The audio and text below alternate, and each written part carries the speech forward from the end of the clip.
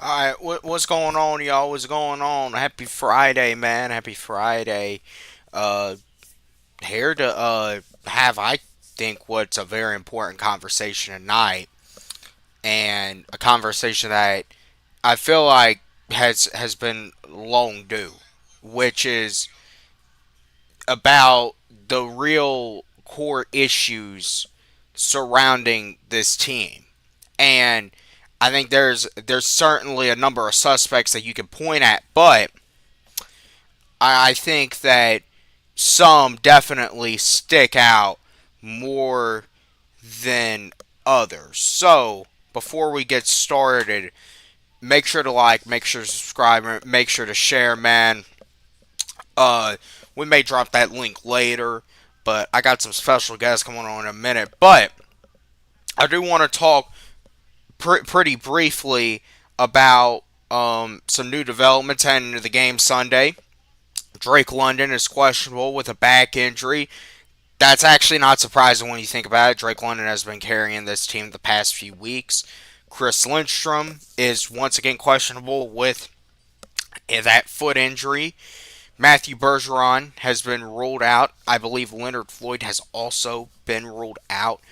Zach Harrison is, I believe, also out for this game. So, once again, the Falcons, their depth is going to be very much tested in this game on Sunday. The Falcons did place defensive tackle Sam Roberts on IR, and they signed Kentavious Street back to the active roster, who was with the Falcons the previous two seasons. The Falcons did, I believe, end up trading for him actually in the 2023 season, and he's been here for a couple of years. But I do definitely want to dive into all that, but I also want to dive into much deeper issues. And because, man, listen, when you have missed the playoffs for seven straight seasons, it's looking like it's getting ready to go to eight, man. You got some serious issues, and it's issues that you just can't deny, you can't run from. You gotta, man, I'm gonna tell y'all something. You have got to come down to the root cause, and then at that point, you know what you got to do. You got to extract the virus. Will the Falcons do that? I think that is to be seen still, but I would like to be encouraged and say that they will. But there's not a guarantee with um, Arthur Blank running this team. I'm gonna tell y'all something about Arthur Blank. I think Arthur Blank at this point, man, the Falcons, they're just becoming another thing that he puts in his portfolio. Man, for many years, the Falcons were Arthur Blank's big thing because he no longer has any direct ties with Home Depot. Obviously, he has the Blank Foundation. The Falcons were his big thing for many years. And I think when you had an owner who really cared about winning, especially after the whole Michael Vick situation, it it is what ushered in, I think, some of the most successful times in Falcons history, where we had five straight winning seasons.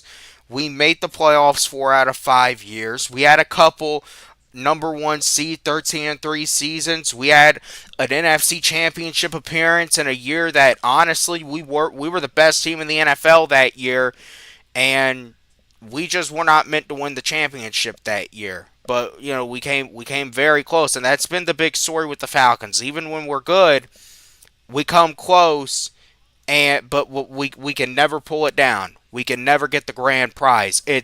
And I mean, the most obvious example of that's the Super Bowl, but it feels like we've had so many of those instances with Arthur Blank here.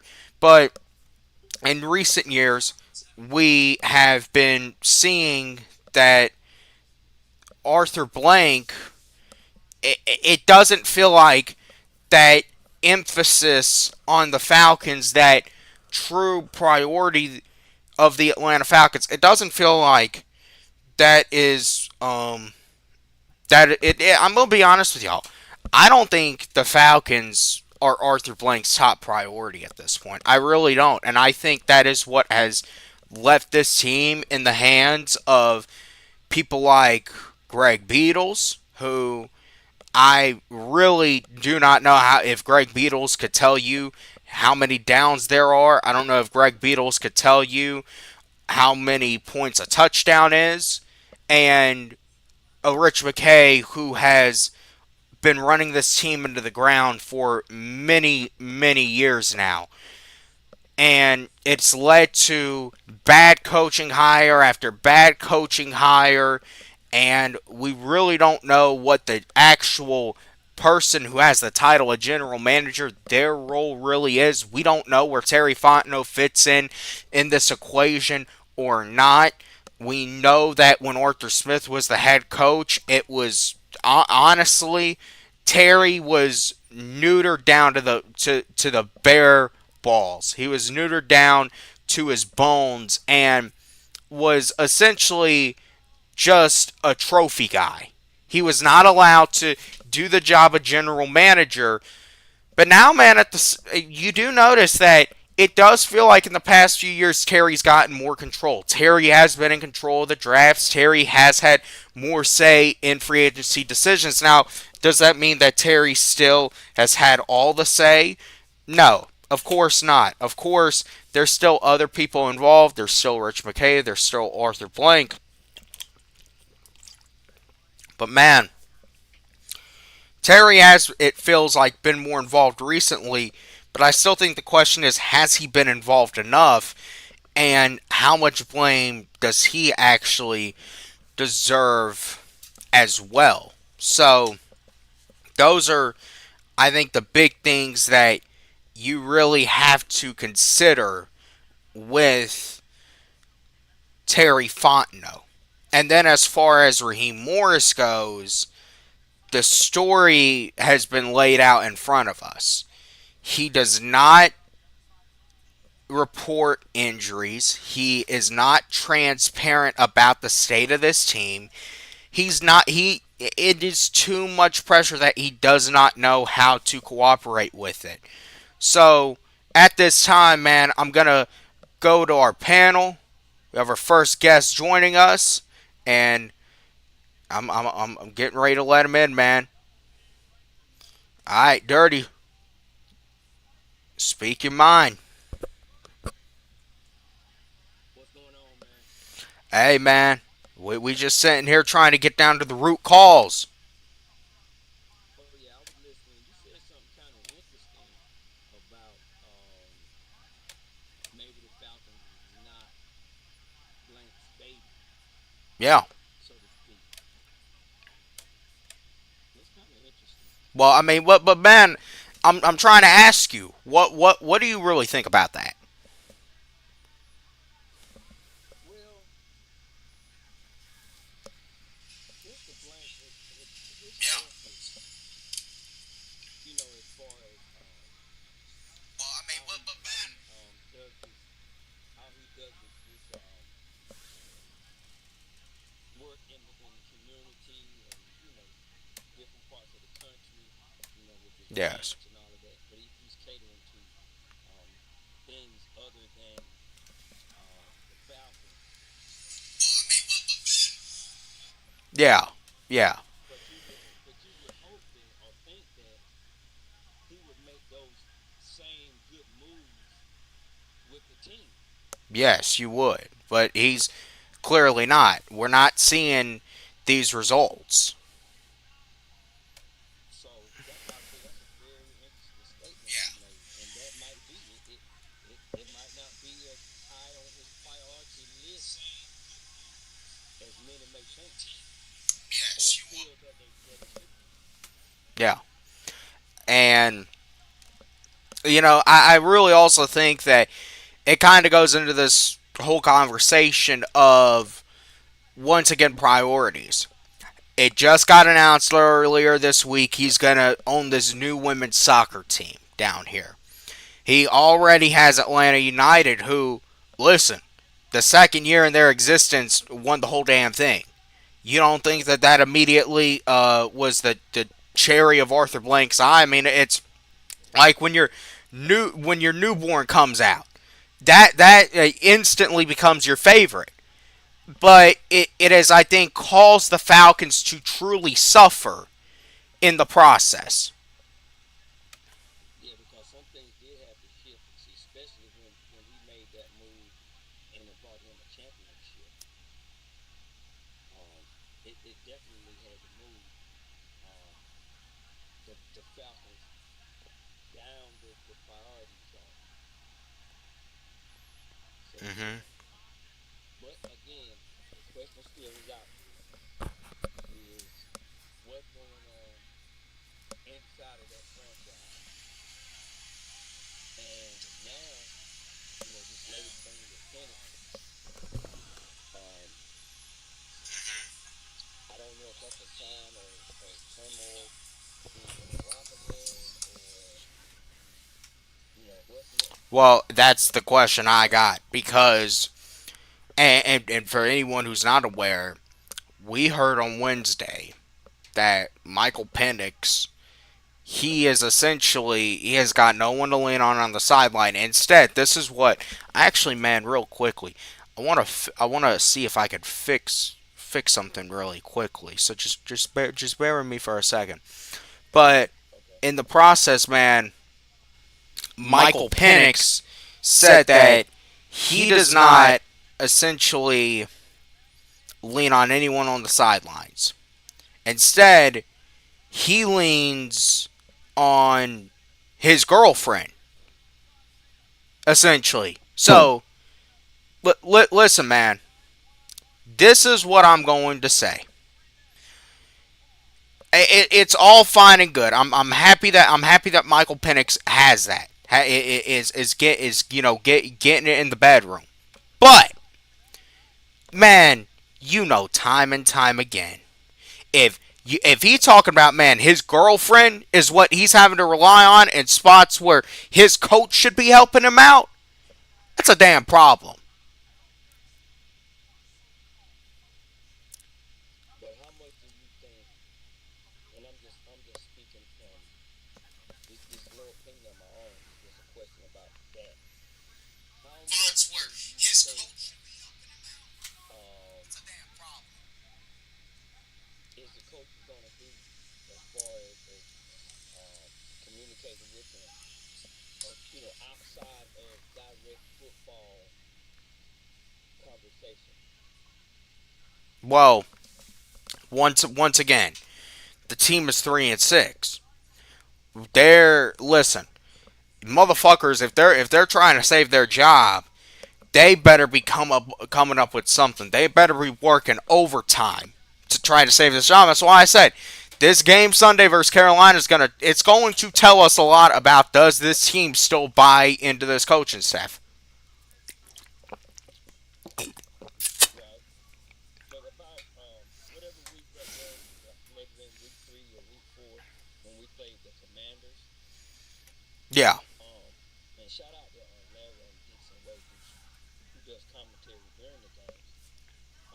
When I was watching the game, and I was kind of paying close attention um, to Zach interaction on the sideline, because he came down out of the booth, and I commented on his live show, Larry's Larry's live live show. show, that I did not see good interactions between Zach Robertson and Michael Penix Jr. Here's the ironic thing about that, though. You want to know what's ironic about that?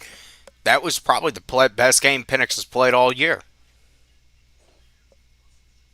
Well, with the plays getting in on time and everything, I think that helped them out. Or do you think Uh, that? Do you maybe think that game was just Washington kind of, they were getting a little too big for their boots, essentially? well, they had Mariota. Penix played all year. You know what I'm saying? They had Mariota out Well, there, with the plays but getting. I was trying to I was more concerned with the interactions because I knew down the road that was going to be very important in his development. Just the communication and the adjustments and what they talk about between series, and I didn't see that. And I mentioned it, and some people were saying that in the comments that the quarterback coach has more of a responsibility to talk to the quarterback during the game than the offensive coordinator. I didn't agree with it because I'm like, No. if Zach is not going to talk to Michael Penix about plays and making adjustments and what he's seeing, on the tablet, then he may as well stayed in the booth. Yeah, yeah, that's right. So right. So what happens is there was no adjustments. There was nothing really changed that was important. That to me that was more of a PR move because of what Yeah. people were saying on the media, in the media, and in social media and all of that. You know, that's just how I see it. Let's look at it this way, and I kind of want to lead into it with the next point. We're talking about all this and social media. We know that listen, the Falcons, they care a lot about how they look. They don't listen. The Falcons, they don't really care about wins or losses. They just look how good can they look on social media. How good can they present themselves? And that is basically their way of keeping people brought in, essentially. But that shit's wearing quickly because, dude, that Sam's gonna be empty on Sunday. Yeah, that's gonna be something really interesting to see where the flow is with the fans. Hey, I'm gonna be Um, able to tell probably even before I enter the stadium Sunday because I go down to the backyard and okay. I'm gonna be able to tell just by the energy. Obviously, man, they're gonna have the roof open Sunday. It's gonna be a great day to come out to the game, especially for November when I mean it was in the 20s here earlier in the week. Now I mean you talking about 72, and they gonna have the roof open up. But man, I'm gonna be able to tell when I'm down in that backyard Sunday by how many people are down there, how many extra people, how long the lines are to get in. I'm gonna be able to tell, and I guarantee you, it ain't gonna be a whole lot of people. There's gonna be some room to move around in that stadium on Sunday. Well, I-85 gonna be backed up, so Well, yeah, they it's come. going. They listen, yeah, they coming. Shoot, man, listen. I'm telling you right now, Carolina. You know how bad they want to sweep us. They've been waiting 12 years for this moment to sweep us. Because it was a lot of trash talking before the season started. They was dogging uh, Bryce last season, Yeah. and they might, but now here's the thing about that game. Everything that our strengths are, offensively and defensively, the Carolina Panthers are suffering this week. Oh yeah. The number one runner, running back, he's nicked up, but you can't forget about Chubb though, Chubbard, Hubbard, whatever his name is. No, you can't. Um, and their defense, they have some key players, if I'm not mistaken, nicked up or either not going to play Sunday. And like I said, their weakness, their strengths, they're nicked up, and our strengths should be able to exploit that. Well, and I also said this though. This is Sunday is going to be all about who can outrun the other team. That's what it's going to come down to. Are we going to be able and see the Falcons have been put in that spot in previous times this season. Hell, last week you had to outrun the Colts to win that game, and they didn't do it. And They did. that was the same thing versus San Francisco. So, are the Falcons finally going to be able to outrun a team to victory? I think the major thing that needs to help us Sunday is our special teams have got to play Oh better. yeah, they gonna have to get a play to go their way. They gonna have to even if it comes down to pinning Carolina and backed up all the way and backed up close to their own end zone. That's what you're gonna have to do.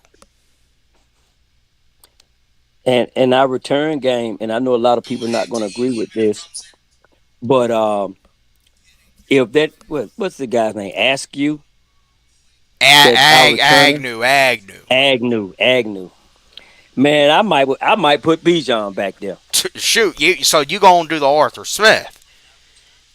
I might put Bijan back there and That, let him run them back. that's what Arthur Smith did, Kickoff. right? Oh yeah,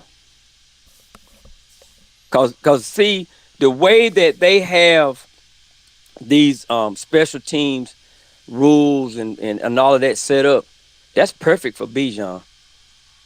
Cause all Bijan need is one seam, and he's gone. Hey, but they ain't gave him it since that Buffalo game. I would have Bijan returning kickoff. And I don't know about punts, but I know he'd return Man, a kickoff. I get what you're saying. I just think kickoff duty, man, that's a little too much. But they gotta get someone. They gotta get someone, man, that they can put back there because, man, in this Agnew he was supposed to be solid. But dude, when I tell you he has been absolutely underwhelming, I mean, it truly does not feel like this dude can get to the 25 most times. So we're already in bad field position. Everything that we have been doing wrong the past couple weeks, we got to inflict on Carolina in this game. I'm telling you right now, this is going to be a game where what team makes the more mistakes? Okay, The Falcons but have had a lot of those games, and they've lost a lot of these yeah. games. Oh man, man, those stats, man, has done nothing for the Falcons. Nah, Even when we came out on top, I mean, on all statistical categories, it did nothing for the win column for the Falcons.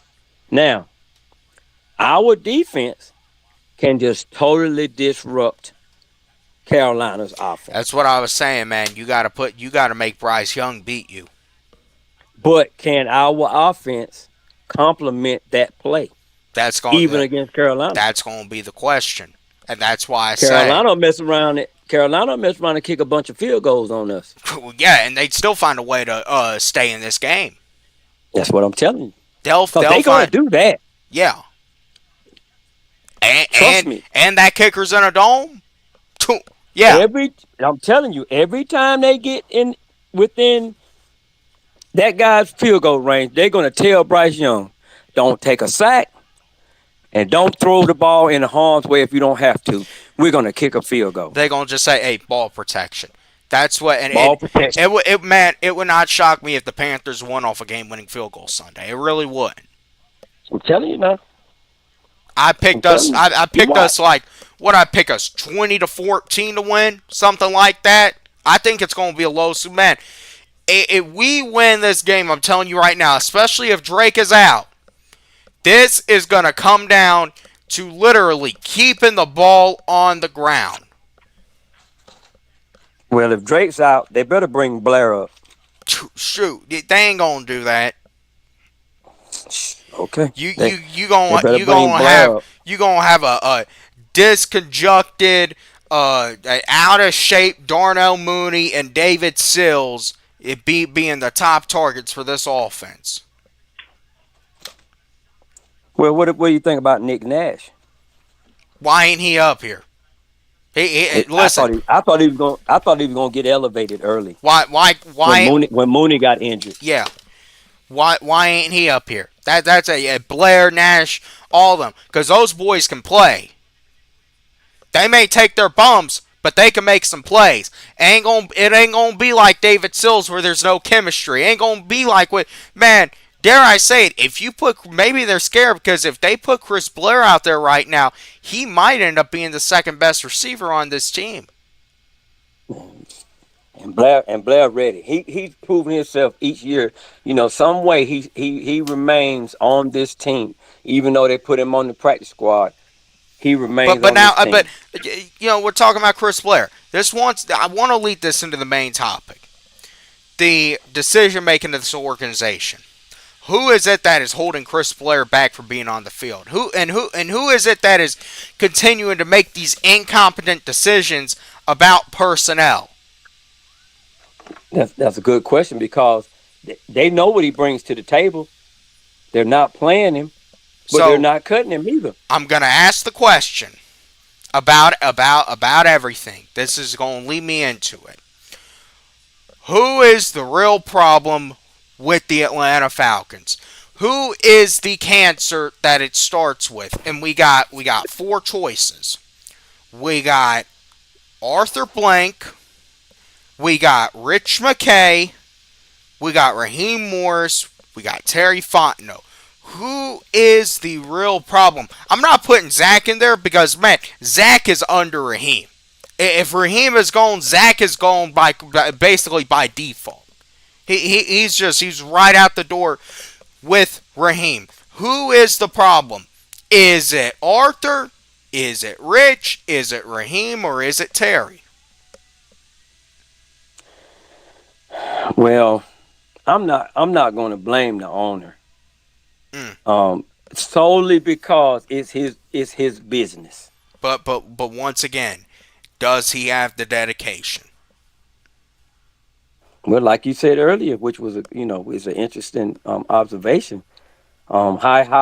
How high is the Falcons on his priority list with all of his ventures? Hey, That I mean, and if it's not high, then it's not that he's an incompetent owner. It's just that he's not putting as much energy into it as we would like. well, okay. He's not putting enough energy into it. And man, it's either you're all the way in or you're not in at all. Especially in a position Arthur Blank is in. So if Arthur Blank is not into this stuff, and man, Arthur Blank is there's a lot of money with soccer right now. That is probably the sport in the entire world that brings in the most money, even more than baseball at this point. That brings in the money. We know Arthur Right. Blank. Man, I truly believe this. There's no such thing as a nice billionaire. Arthur Blank may do a lot of good things. There's no such thing as a nice billionaire. That motherfucker still wakes up every day with the same goal as every other billionaire. It's to make his pockets fatter. He's doing that with the soccer right now. That's why he's expanding across with now this women's team. That's why United, they just brought back their coach that won them their championship a number of years back. So, once again, and I do think that's interesting, actually, that they did bring that coach back. So you see Arthur Blank, he's all in the business, man. All over that stadium, they have those little recycling bins. So we clearly see Arthur Blank. He is a big recycling enthusiast. Right. Whether it's work being recycled or it's beyond what needs to go to the junkyard. He'll try to recycle anything, whether it worked or not. So once again, are we really actually under accounting the issue that Arthur Blank is for this team? Again, without all the information as far as the structure, I mean, it's hard to say, but it's an interesting point. Okay. And once again, who is in control of that structure? Who owns the team?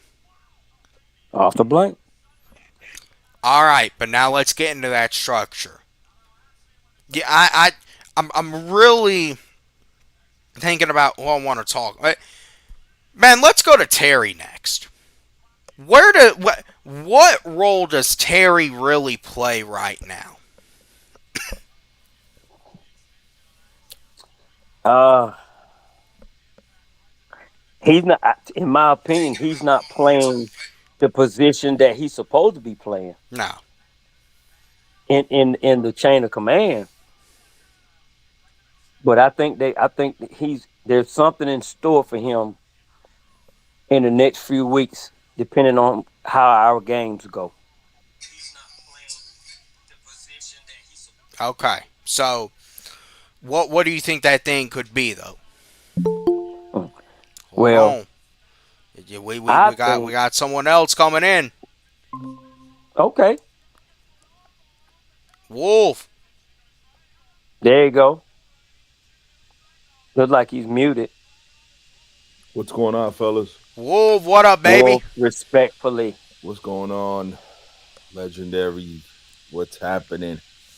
Shoot, man. Hey, we just chop. We trying to get down to the Right. root cause. Yeah, So man, he came in at a good you time came in too. at the perfect time. So man, I'm gonna ask you Right. this. Yeah. We already talked about Arthur Blank. Okay. I don't know if you know this. Arthur Blank, Mm. he just got rewarded a new women's soccer team. Right. My Right. thing with Arthur Blank is this. I don't know if he really had it was kind of like this when he was building the Benz too. Hmm. And he Right. really had Rich McKay on Hmm. that, which is why Hmm. we had the whole situation with Dimitrov. But I want to talk. I was talking about Terry for a moment. Where do you think Dirty was getting ready to talk about within the next few weeks? Terry's gonna have a big decision to make, essentially, if he wants to save his job or not. I want to Okay. ask you: is Terry gonna be able to save his job for a third time, for a second, third time? I mean, how is a duck going supposed to save his own life?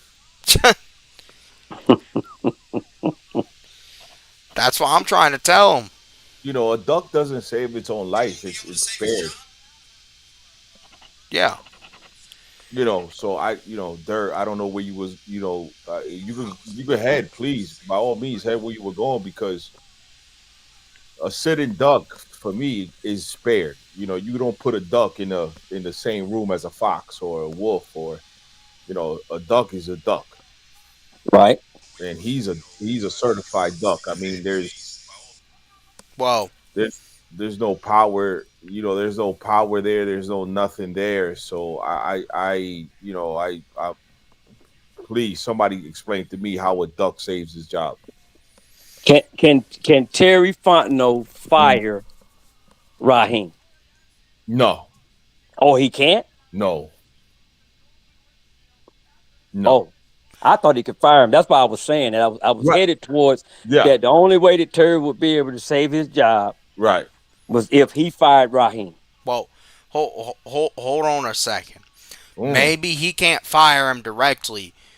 Do you think it's possible that Terry could all of a sudden, when he is sitting in that suite with Arthur, man, let's just say Sunday, they fuck up and they're down 30-10 in the fourth quarter to Carolina. Mm. What do you think it's possible? Terry starts getting in Arthur's ear about how awful Raheem has been, how awful his coaching staff has been, how he's built this roster, and he essentially starts throwing Raheem under the bus. Do you think that could potentially save Terry's job, and maybe not just that, but finally make Arthur Blank go, okay, I'll let you pick your guy. I'm gonna know for a fact if this hire goes wrong, who to blame. I'm gonna let you pick your guy, but first, he's got to throw his homeboy under the bus. Is Arthur Blank gonna let him do that? Mm. But So. look here now. Mhm. What? Why would you say they're homeboys? Mm. Well, you ain't Who said see that? them dapping each other up, all happy in that photo, man. Wolf, you know what I'm talking about. That, In the that's all. words of Wolf. Go ahead, Wolf. You know where I Yeah, was yeah. going Go with ahead, that. please, Dirt, please, because please, go ahead. Just because they're doing that, Hmm. just because they're the same color, just because they're looking good in the public eye, Hmm. doesn't mean they get along. Hmm. Mm. Yep. Doesn't mean that Terry likes this guy. Hmm. So, but Dirt, let's go. Let's dive a little bit deeper, Dirt. Right? Uh huh. because the youth, I applaud the youth. Like Chandler's, he from the youth, and you get a lot Right. of thoughts. You get a lot of thoughts. You get a lot of excitement. No, no disrespect, Chandler, but watch this. Terry doesn't have a guy because he was under a guy. Mm. Terry was under Mickey Loomis for 20 plus years. So Terry doesn't have a guy. So he could go get his resources. Don't go outside those two states that you're saying, Louisiana, Georgia. Right. He doesn't have a guy. So again, he doesn't. He's not a GM like Kansas City has or Philadelphia, where you make friends and this that. He doesn't even have a relationship with a lot of the NFL teams because he was under the guy. Right. He was under the GM who ran the South for a lot of years. Well, So he doesn't have a guy. He okay. doesn't have somebody. You So when you say he has a guy, you have to be established in the NFL to be able to carte blanche pick your guy. So are you saying though that because okay, you were talking? Are we talking about Terry Fontenot coming out of New Orleans, or are we talking about Terry Fontenot right now, who is now in his fifth season as a general manager? And you're telling me he don't have connections. You're telling me that he is basically he's been on a leash. Essentially, he's been babysat. He hasn't been allowed to. It's been social distancing. He's been cut off from the entire NFL world, and he is kept in this think tank of Arthur Blank, Rich McKay, and a bunch of other motherfuckers that we don't know. That's what you're Yeah, telling me is happening. but again, if you look at the way Terry got the established, you don't get established like that under Mickey Loomis for 20 years, 20 something plus years. Again, you're gonna be cordial with people around the league. That's fine. You're gonna be cordial. But again, Terry's never been a player. He's never been a football player. Hold on, no. He played at Tulane. Okay, that's great. But how many people have played college? That like that again, like those relationships are a lot different. No, you, College, you, you're you're look, you're right. He never played okay, at the NFL level, but again, right. That's what I'm saying. So when you look at somebody like a Dan Morgan, a Dan Campbell, they played in the league. It's a little bit more different for those guys. It's a little bit more different for Mike Singletary when he coaches, and his style of coaching didn't really work because he was so intense with the guys, and the guys didn't want to play for him. And you're talking about one of the best players. Sometimes it translates, sometimes it doesn't. I mean, Terry, again, you wouldn't pick him out of a college room, neither.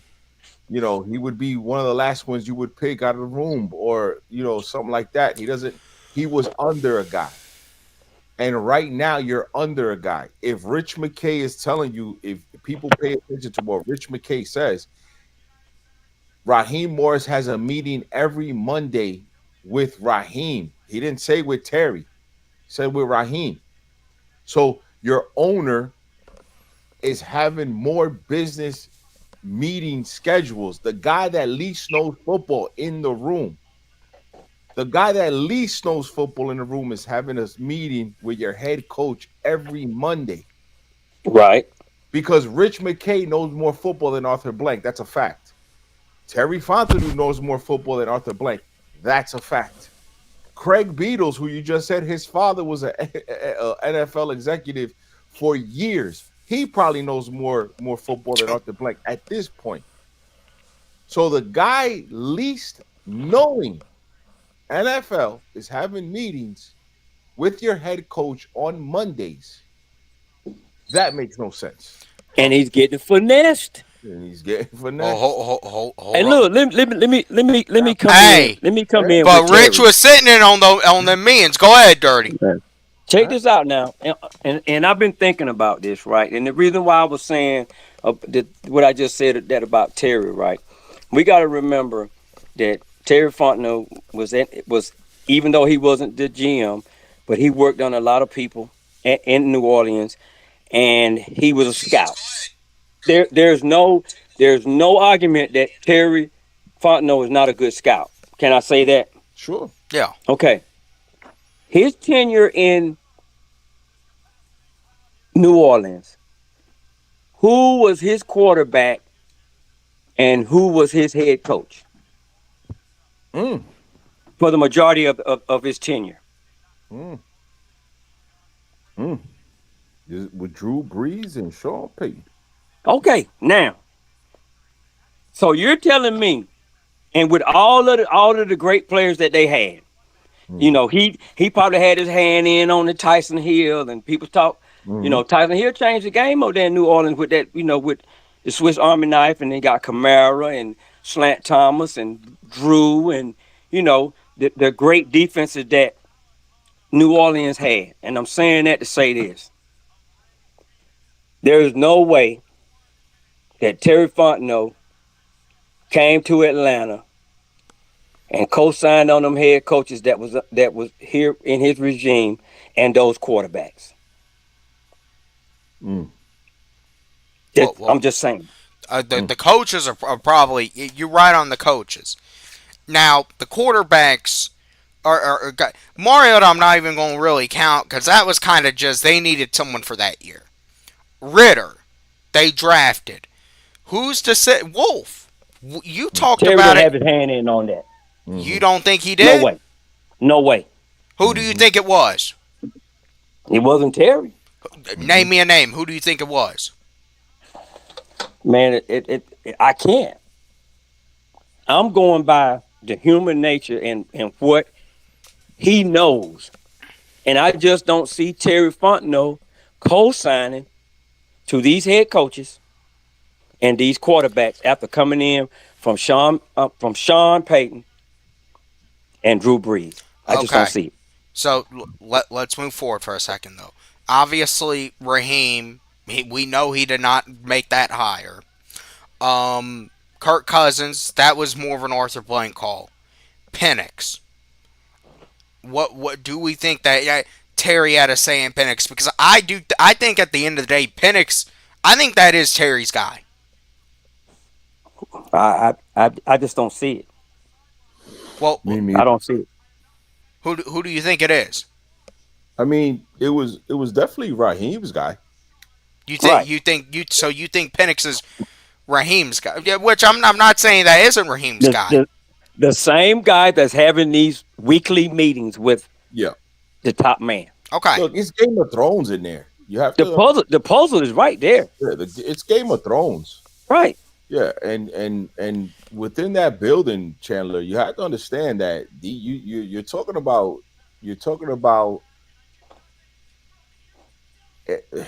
like if I Listen, tell it's the if I tell Matrix up in listen, there. Chandler, We if don't I tell know. We yeah, don't know what dot goes where, and I get that. but right, but listen, the money in the NFL has changed so dramatically that look, Zach is gonna get 10x salary from not doing a good job. Does that make sense to you? Yeah. Okay. So again, I'm telling you this. I'm telling Chandler, January 1st, you're gonna come across 100,000. It's Mm. gonna 10 extra salary. Now you look at me, you'd be like, Wolf, what? And again, how focused are you on your job? Again, pay attention to detail of what I'm telling you. Okay? This is the reason why I told you that we weren't going to be better than Tampa. Why? Todd Bowles, consistency, continuity, two different OCs, but still pays attention to the small detail.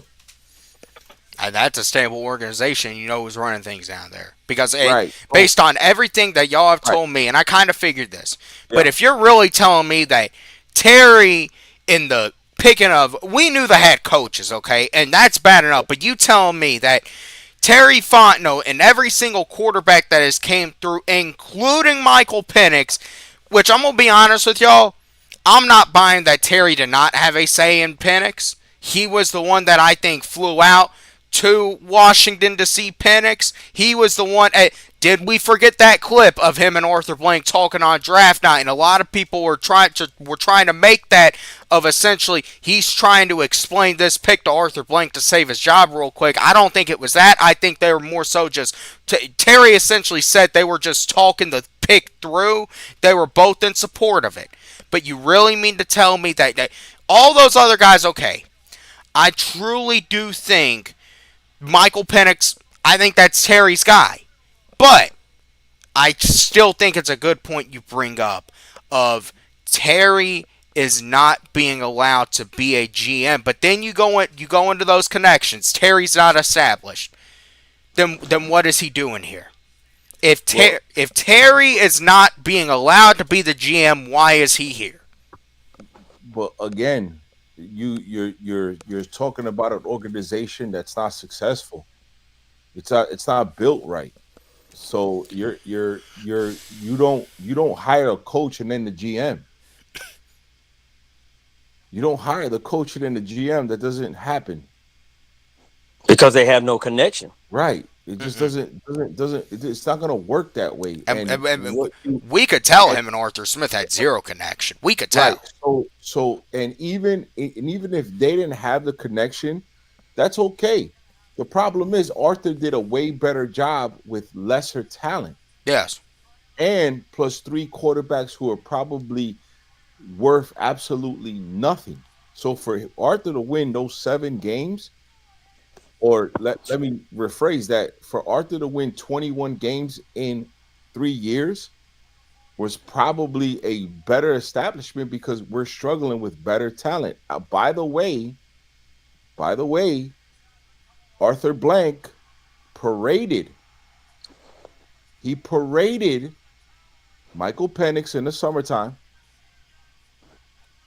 like he was already established. Man, he had Michael Penix sitting there, and you know who he was sitting there with, right? Right. He was And sitting. again, He was not sitting there only with Vic at that okay, right. Not golf only thing. there, not only there, Braves games. He made a phone call to Tampa to give him a street named after Michael Penix. Okay. He was at the Hawks games. Hawks games. He was at the whatever the WNBA was. He was there. Man, I'm gonna tell y'all something. It's the most, and man, y'all gotta remember Michael Vick is now a coach. It's the most I'd seen Michael Vick around Flowery Branch and around Arthur Blank Right. since he got busted. Sure, but again, look, you paraded the kid like he was already established. Guess what I'm gonna do? I'm gonna treat the kid like he's established, and the kid isn't good. He just isn't good right now. No, he's He's not. the He's not good worst. right now. No. Okay, he's the worst quarterback picking up the blitz. The worst. I'm talking about Dylan Gabriel. I'm talking about Bryce Young. I'm talking about quarterback, even Russell Wilson. Drake May. Drake Well, May Drake May is in a I'm talking conversation about people that played of three 3 games letters or more MVP. in the NFL this year, and he sits on an island by himself. He is the worst quarterback picking up the blitz. That's not all Zach Robinson. It's just not. And again, this is what I say, Dirty. You see, remember what I said? The villain is so easy to hate. Oh The yeah. villain is so easy to hate, Chandler, and you have to remember the villain is what they put in front of you. Rich McKay, go ahead, go out there, get the heat off him. Why?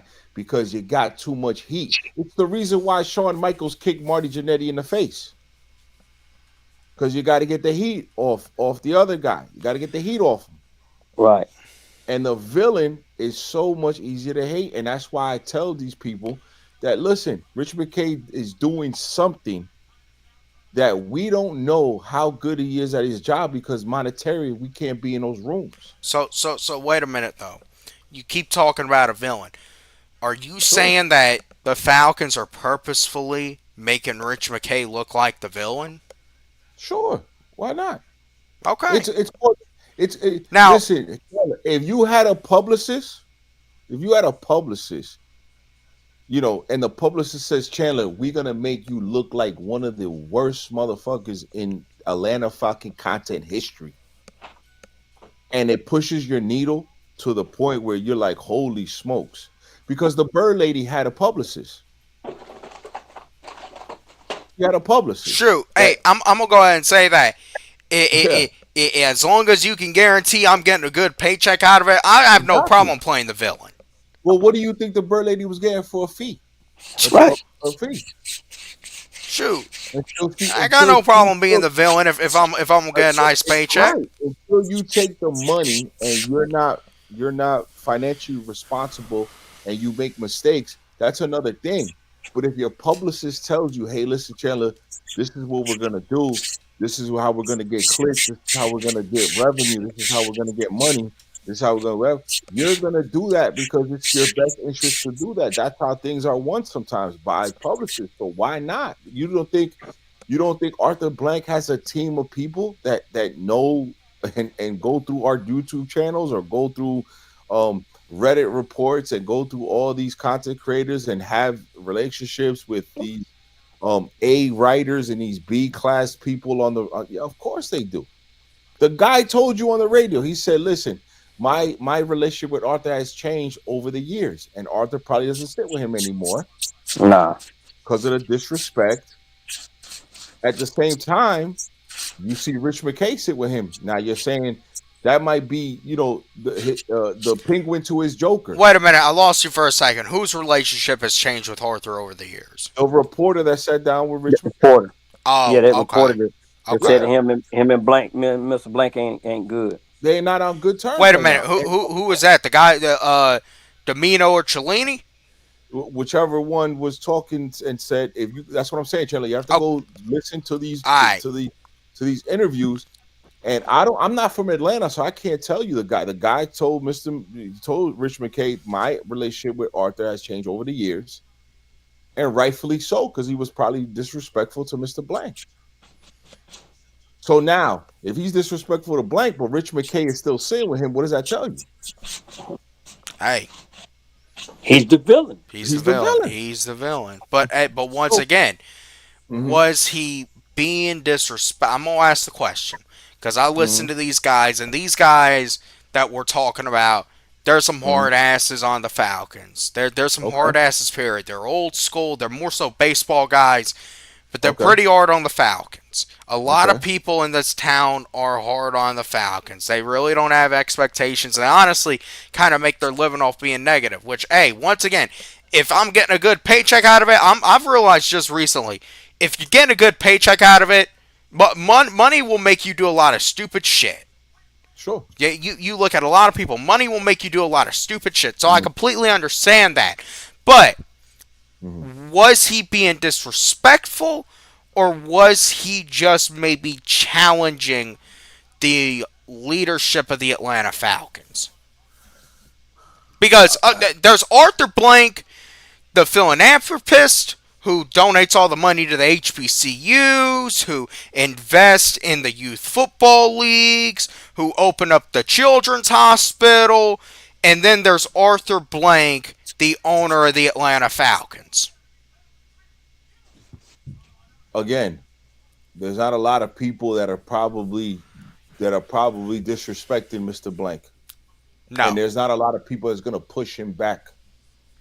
Again, the adjectives that describe Mr. Blank has been mob boss. People move around when he walks in.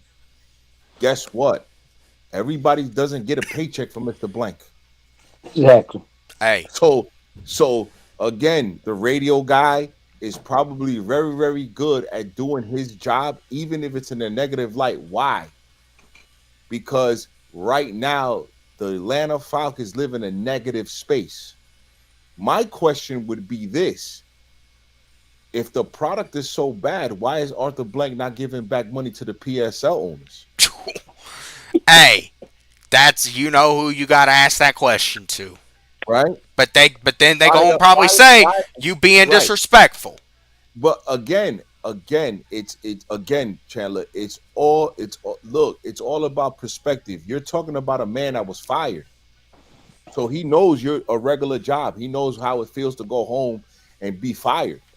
That's why he started Home Depot, because he got fired from his job. He got fired from his job. He actually went home. You're talking about a guy who just a season ago, just a season ago, was in a mishap on in an airplane with, this is his third wife. He got 6 kids. Oh man, I want to talk about that too, man. Right. I've So been meaning to again, talk about that actually. you're talking about a man who, again, you're not talking about somebody who's doesn't understand what's going on. Yeah, but there's a lot of people that don't get paid by Mr. Blank. So a lot of people is going to push back on Mr. Blank. We right now, the Falcons 330 spending an obscene amount of money for the past 8 years, and the product has been absolutely trash. So again, we're asking the wrong question. The question we should be asking is, when are you going to put a product on the field that we can enjoy, that you're one of the best players in your organization said it? You got to earn the respect. You have to earn the respect, and they Matt have not Ryan sat earned up that. there and No. told them, "You got to earn Okay, it." so if Matt Ryan told them, and in the Falcon universe, if there's only one team that you watch, there's no other team but the Atlanta Falcons that exist in the world, then why should we respect them now?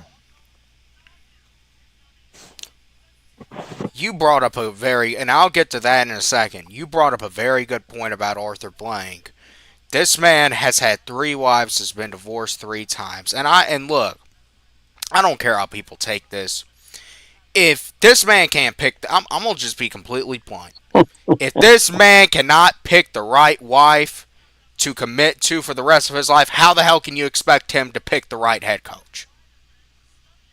There you go.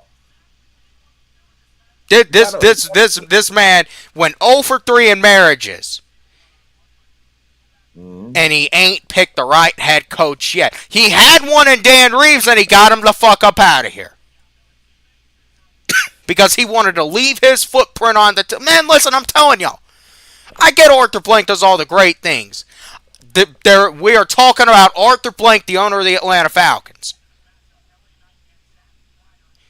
Mhm. What has Arthur Blank done? And I get the Falcons have had success under Arthur Blank.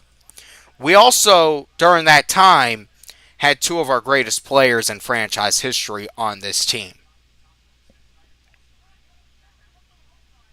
Hmm. We also Dirty. we also had we've had guys like Roddy White come through, Tony Gonzalez. We've had uh, so many guys come up through this team, man, and lay their footprint down and make an impact. Hell, that the I can't believe Freeney came in here the Super Bowl year. He laid his footprint. He was absolutely his influence carried on that young defense that year. And you got players now, but see that also makes it so complicated because you've had success. It's been 8 years, but before these last 8 years, the Falcons were considered one of the more consistently competitive teams in the league. So, where did it go wrong? Yeah, dirty. Oh, hey man, I'm just listening, bro. It's kind of interesting. I'll step in Hey, a minute. but where did it go wrong? Why is it that we went from, and I get we don't got Matt Ryan, we don't got Julio. Where did it go from? Because, man, you look at these cultures, man, the Ravens. Look at the Ravens, and I get the Ravens have won a couple Super Bowls. That is a culture that, yeah, Baltimore may have a rough year here and there or a down year, but that culture, man, in the end, it's going to prevail. Pittsburgh, that's a consistent culture. How come the Falcons went for really the better part of a 10-year stretch from '08 to 2017, only having two losing seasons and making the playoffs, I want to say six times in that span. So that's a 60% rate of making the playoffs. Man, I take that because we're going on the next 10 years, we're going to be 0 for 10. So where did it go wrong? That we went from being one of the more consistently competitive teams in the league to this. I think that in a way, okay, we had a turnover, a major turnover when before Matt Ryan left, the turnover had started. We kept him a little longer than we should have, and even though we did that, we still wasn't prepared for him to leave. And when he left, we have not made good decisions to fill that position since he's left. Well, man, And I and I don't even know if it's the fact of maybe we should have let go of him a year earlier than we did, but even still, like I'm not even. I think the bigger issue was you did not get a succession plan in place for Matt Ryan when he was still here. That's what you should have came in and did. You shouldn't have focused on drafting a tight end. Looking back on it, you should have gotten some sort of succession plan in place. Yo, those were real big boo boos. Even though not taken away from their um athleticism and abilities and whatever, but those next three picks were crazy, in my opinion. A tight end. We had another running back. We could have waited. Yeah, B. John is doing all of this and doing all of that, but we had Tyler, and we could have built around him until we got our quarterback. Mm. Now we got a lot of superstars or by reputation superstars out there, and we don't have anything to complement them. You got a lot of superstars. You don't got a lot of wins, and that's one of the worst spots a team can be in. And that's what And dare I say, it's worse than the spot the Jets are in because at least the Jets got a whole lot of fucking picks coming up, Yeah, they showed that on television last night, man. They got some picks. And then next year we don't have a first and round pick. and they get a little more competitive too. You notice? Mm. Well, you know, I say you can't be spoiled. You've had four serviceable quarterbacks in franchise history. Some franchises don't even get one. So the quarterback is not going to hit all the time. It's just not. And again, Michael, if he does have the right tools, we're doing him a disservice. If he doesn't have the right tools, then you just got the wrong guy. But man, you gotta realize this about Mike. He does not look to par right now. Partly because he's still young, but also because he's been doing done a major disservice by this coaching staff. Michael, Sure, I but I don't don't know if know people that. remember Josh Allen's first year fully Yeah, starting. Chandler, again, listen, I don't know that. We don't. I don't know. I don't know if this kid. I don't know if this kid is it. I I just think don't know. I'm gonna tell y'all this, and I hate saying this. Next year's gonna be the big year for Penix. We're, I think, gonna have an idea because in 27 we're gonna have a first round pick. I've been talking Penix up a lot. We're gonna, I think, know by next year if Michael Penix really is something you can roll with. Okay. Ask 330 if he's excited for next year. No, Ask. You excited for next no, year? nope. Because man, it's gonna be another. I'm right now. Next year is looking like another developmental year. Hey, You better three. believe it. Hey, three. It's looking Yo, like another developmental year next you year. excited for next year? You excited for next year? I'm not excited for the next 2 years. Okay, so next year when they start reposting the preseason and the practices, once again, they're gonna repost everything, and I'm telling you what they're gonna do. They're gonna repost everything. They That's gonna my try to suck us in. everything's gonna be popping fresh dough. That's what it's gonna be. And look, they're gonna play on the content creators Sure, uh um sure, strings too. They gonna sure, want you guys sure, to hype them up too. sure, You watch. sure. Look, And I look, got a question. Now go check ahead, this out. Now go ahead now, go ahead. we don't have a first round pick next year, right? No, we don't. So are the Falcons gonna have a draft party at the Benz? That's what I'm interested to see. Oh boy, that's a I'm good just question. That's what just I'm. asking. They gonna do it on Friday night. Oof, They gonna try to compete with Magic City. That's what I'm oof, trying to wonder. oof. That's And for. look, Hey, that's still 5 months away though. and look. With with with with with your rookies next year, your rookies next year on the defensive side of the ball are going to have to turn out performances like you guys have never seen before. they got to be in maybe year 4 Yes, um performance level. performance level. So again, Chandler, like you have to understand, like what you're saying. I totally respect it because it comes from a perspective where me and Dirty were there years ago, and I respect it. I do. But it's gonna come a time where you're gonna be on this side of the fence, and the Falcon season is to you is gonna mean absolutely nothing. Why? Because what you want to see is results.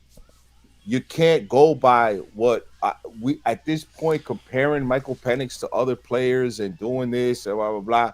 You can't do that anymore once you get to the age of where you're like, you know what? It's crazy because we go by, whatever we were, as a 5-year-old, and then we go to 10. We don't play with the same toys as we do a 5-year-old to a 10-year-old, and then the 10-year-old to the 15-year-old doesn't do the same thing, and we don't have those same feelings. Well, I can't tell you what Dirty is going through. I can only tell you from my perspective, I would consider really like, yo, how much longer can I buy these PSLs at this point? Like, from my perspective, I can't tell Dirty what to do with his money. It's the same thing I can't tell you what to do with your channel. I just from my perspective, I'm just like, how long do people say, "Hey, Mister Blank, here's my money," and the product sucks? well. All right, I get That's the everything you real said, and question. I agree a lot with what you said in the last part. You were talking about Penix, and you were chatting. And I get what you're saying, but Yeah, the reason I said what I said earlier about next year being a very big year for Penix, and you right. essentially got to give him another coaching staff. Is what I've been Okay. saying. You gotta. Okay. Is that fair? Well. Who? So, so you're saying, well, first of all, you're saying giving them another OC I would give him a because, full other coach and do at coach and do well, everything. but it's not guaranteed that Raheem's going to get fired. Who said that? Who? Wait, Shoot. Taylor. Who said that this guaranteed that Raheem's going to get fired? Who said that? Hey, it's not a guarantee, but Okay, so you're saying another offensive well, coordinator? hey, I guess we got to go with that. I guess that's what we're gonna have to go with. But I He was Well, he wants he wants Raheem out of here. I could. no, Dirty. But what I'm saying is, you're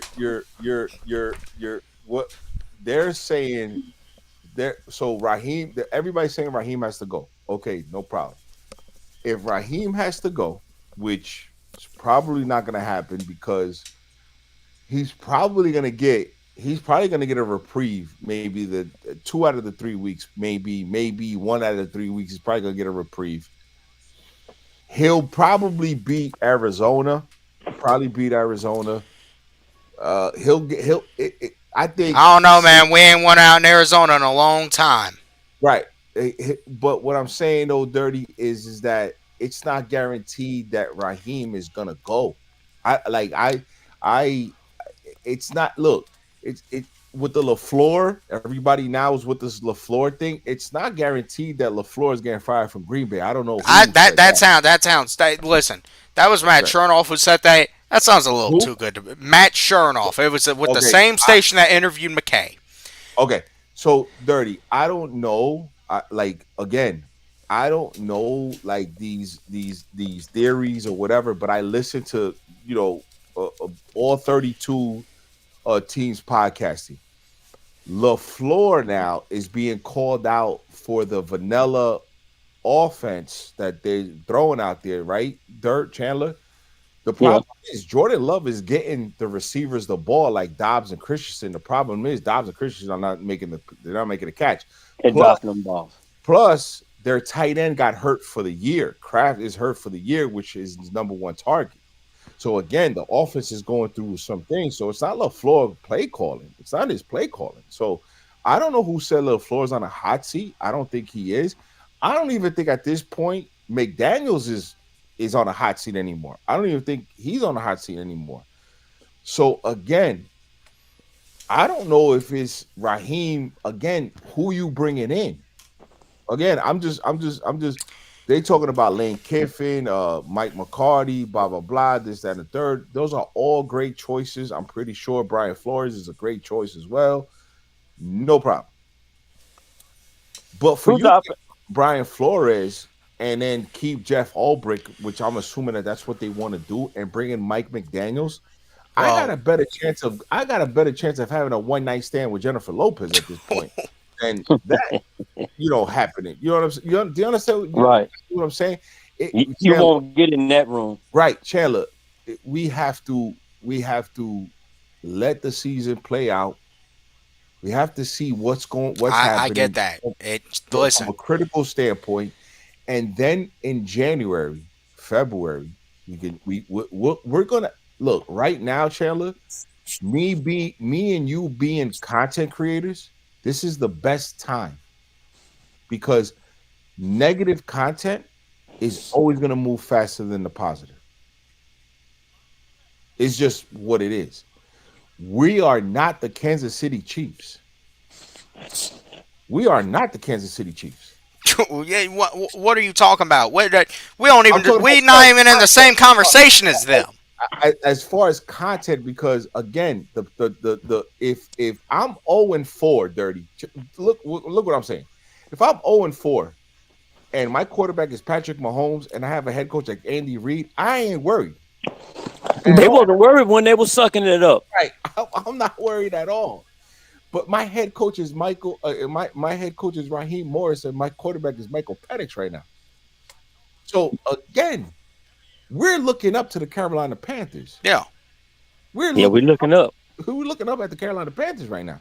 So again, no disrespect to the Carolina Panthers, no disrespect to them. I think that they've been coached very well. The defensive coach, we interviewed him, Dirty Chandler. I don't know if you forgot. We interviewed Right. Evero. Canales, yeah.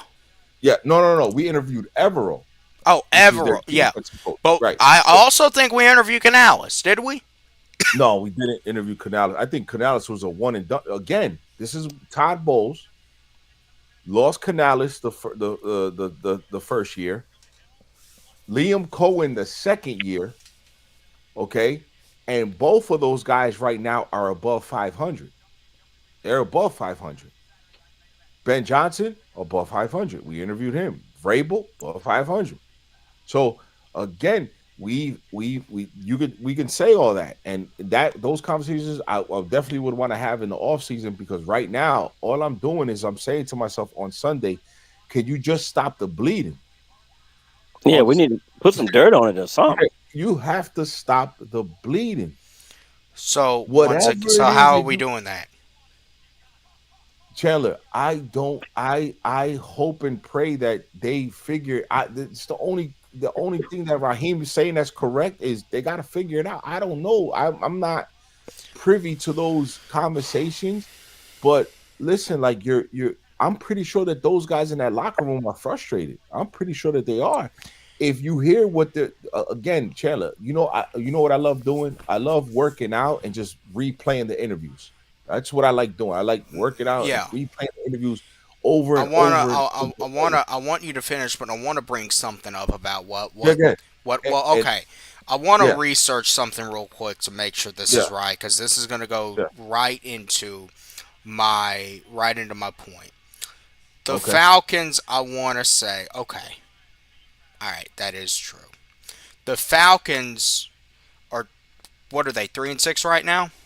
You're 3-6. There have been reports Mm-hmm. surfacing on the Mm-hmm. Falcons website. Dirty. I don't know how, and Wolf, I don't know how close I'll follow the Falcons website. I visit the Falcons website pretty much every day now.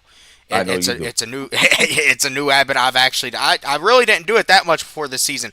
I visit the Falcons website every day now just That's to good. basically see what the That's good. propaganda machine is. Okay. But Okay. I read an article and Okay. I was thinking, they were trying to point to, and I know what they're trying to do. They're trying to instill some hope. They were Okay. talking about teams that have been 3-6 and to make the playoffs, and at the end of the day, there have not been, but you can count on probably one hand that Okay. teams have started 3-6 and made the playoffs. Do Okay. you know that two of those teams were the 2012 Washington Commanders, who started 3-6, and then they went on a 7 game winning streak. That was Okay. the RG3 season. But Okay. they were 3-6, and then they went on a 7 game winning streak to Okay. finish the year. And then the 2020, and then the Rams a couple years ago, they were 3-6, and they ended up making the playoffs. So Okay. are you telling me we're three Mm. and six right now? And here's the big thing: both those teams. Guess who was on the coaching staff of both those teams? Raheem Morris. Raheem. So Okay. they're trying to spread this narrative that Raheem has been here before. Raheem's gonna know how to dig this team out of that. There's a whole article out there about it. But Wolf, I'm taking what Okay. you said. Don't take it Okay. out of. But I'm saying, because you just I said got you. I all we got you. gotta do is sit here and basically hope and pray. We gotta figure a Taylor, way I out. will never listen. I will never attack your position. I will never do that. But I'm asking you a question. Yeah, yeah, yeah. This team is not winning out. I can tell you, I would pray to God and I would Okay, hope to God they could find a way to do so. They're not going to, okay? They're not going to win Taylor, out. Are you saying, Taylor, though, listen. all we can Right. do at this point is sit and hope and pray and put into the Let hands me of the tell you something. Lord that this somehow turns around? Okay, let me tell you something. Okay, let me be very very clear with that analogy because I heard that before. I heard that before. I think dirty. I think somebody brought that up on Blackberry's channel. I think they said. Yeah, they did. Okay, so there's only one Hulk Hogan. You can you can probably try to produce another one. It's not gonna work, right? The gimmick is the that gimmick. They tried to do that with the Lex Express. They tried to, it doesn't work. Chandler, I'm even if they win 7 in a row, even if you win 7 in a row, which I highly doubt they're gonna win 7 in a row. I Highly doubt it. Yeah, highly doubt that. But highly. again, can you stop the bleeding? Can you like Dirty said? Can you throw some dirt on it? Can you throw a duct tape? Can you do something to stop the bleeding? You, and Three Dirty, we're on a boat. Water's coming in. We got a bucket. We got cups trying to get the water out. Can we? You have to do something. We're gonna be Yeah, 'cause- okay. We're gonna be okay. We got cups in our hands. and the cups are and the hole is bigger than the There's cups. Yeah. You know what I'm saying? Chandler, The hole's bigger than the cups. we right. Chandler, why do you think my content is the way it is? Because it's hilarious at the same time that we are at this point. I guarantee you, none of us thought that they would be this bad. No, and nah. We did a show before the Right. season. Yeah. I tried to get Will on tonight, man. Will's a little Yeah. busy, but me, you, No, and no Will did problem. the show. Yeah. I had us And at this listen, point. I think was I at not was I not kind? Was I not kind? oh, you were very kind with your Okay. record. You had us at Hey, this Dirty, point like at Dirty. 6-3 or I was something. very kind. I think I was more kinder than 3 Dirty is now. I was kind. You were I was very very, kind, very kind. Okay. yes. Okay. Hey, three. Yo. Three. I said 10 games. I said 10 games, Dirt. Yeah. Mm. I had 7 losses. I had 7 losses, but I had no idea that New England and the Colts, which they played tough, I didn't think that they were going to be that good. I'm going to be honest with you, Dirt. I Not a didn't lot really. of I kind of knew New England had a shot. No one Okay. expected the Colts. Okay. So I thought the Panthers wouldn't be as good as they were, Dirty. I didn't think that. I overlooked them. And San Francisco at the start of the season had so many injuries that I said, okay, we could beat them too. Like it I Right. was And here I comes was very, JB. very kind. And right. So again, I'm in Chandler, I'm trying to tell you, I'm like, I am so surprised that they're this bad. But at the same time, going back, if Raheem Morris can stop the bleeding, like Dirty said, throw some dirt on it, throw some duct tape, throw something like that, whatever the case may be, you have a reprieve to go back to Mr. Blank and say, listen, I, hey, and you could probably say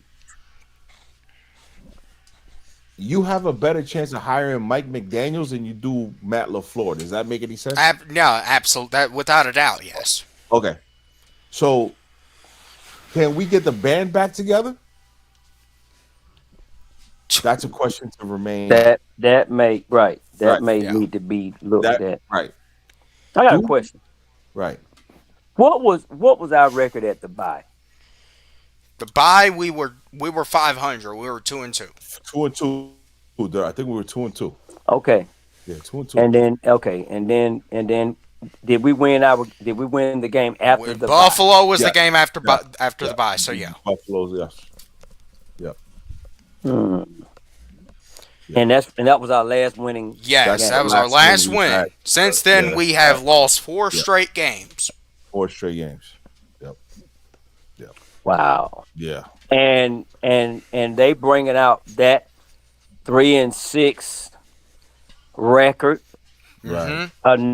analogy to give Hope. to hype this game up Yeah. Yeah. Which, to get people in the seats. yeah. Which by the way, Dirt, there's nobody gonna be there anyway. Mm-mm. There's nobody gonna be there. Shoot. I think the people gonna just come to Atlanta to party and No, step into the bins. right. No, step into the Benz, but like I'm trying to tell you, there's nobody gonna be there. There's nobody gonna be there. I looked at the tickets. Hey, There's y'all nobody. y'all gonna be able to point me out real good Sunday. I'm glad you brought up the tickets. Them tickets went up. Yeah. They went up. They went up, but they You were know down. why, don't you? No, they were down though. Dirt. They were They- down. Yeah, they went up because the game is being hyped up for second position in the NFC Yeah, South. NFC South. Gotcha. Yeah, that makes sense. Because hold on. NBC did something. Well, they wait a minute. expanded the viewing too. Well, hold on. The Panthers are one game because Tampa Bay just lost.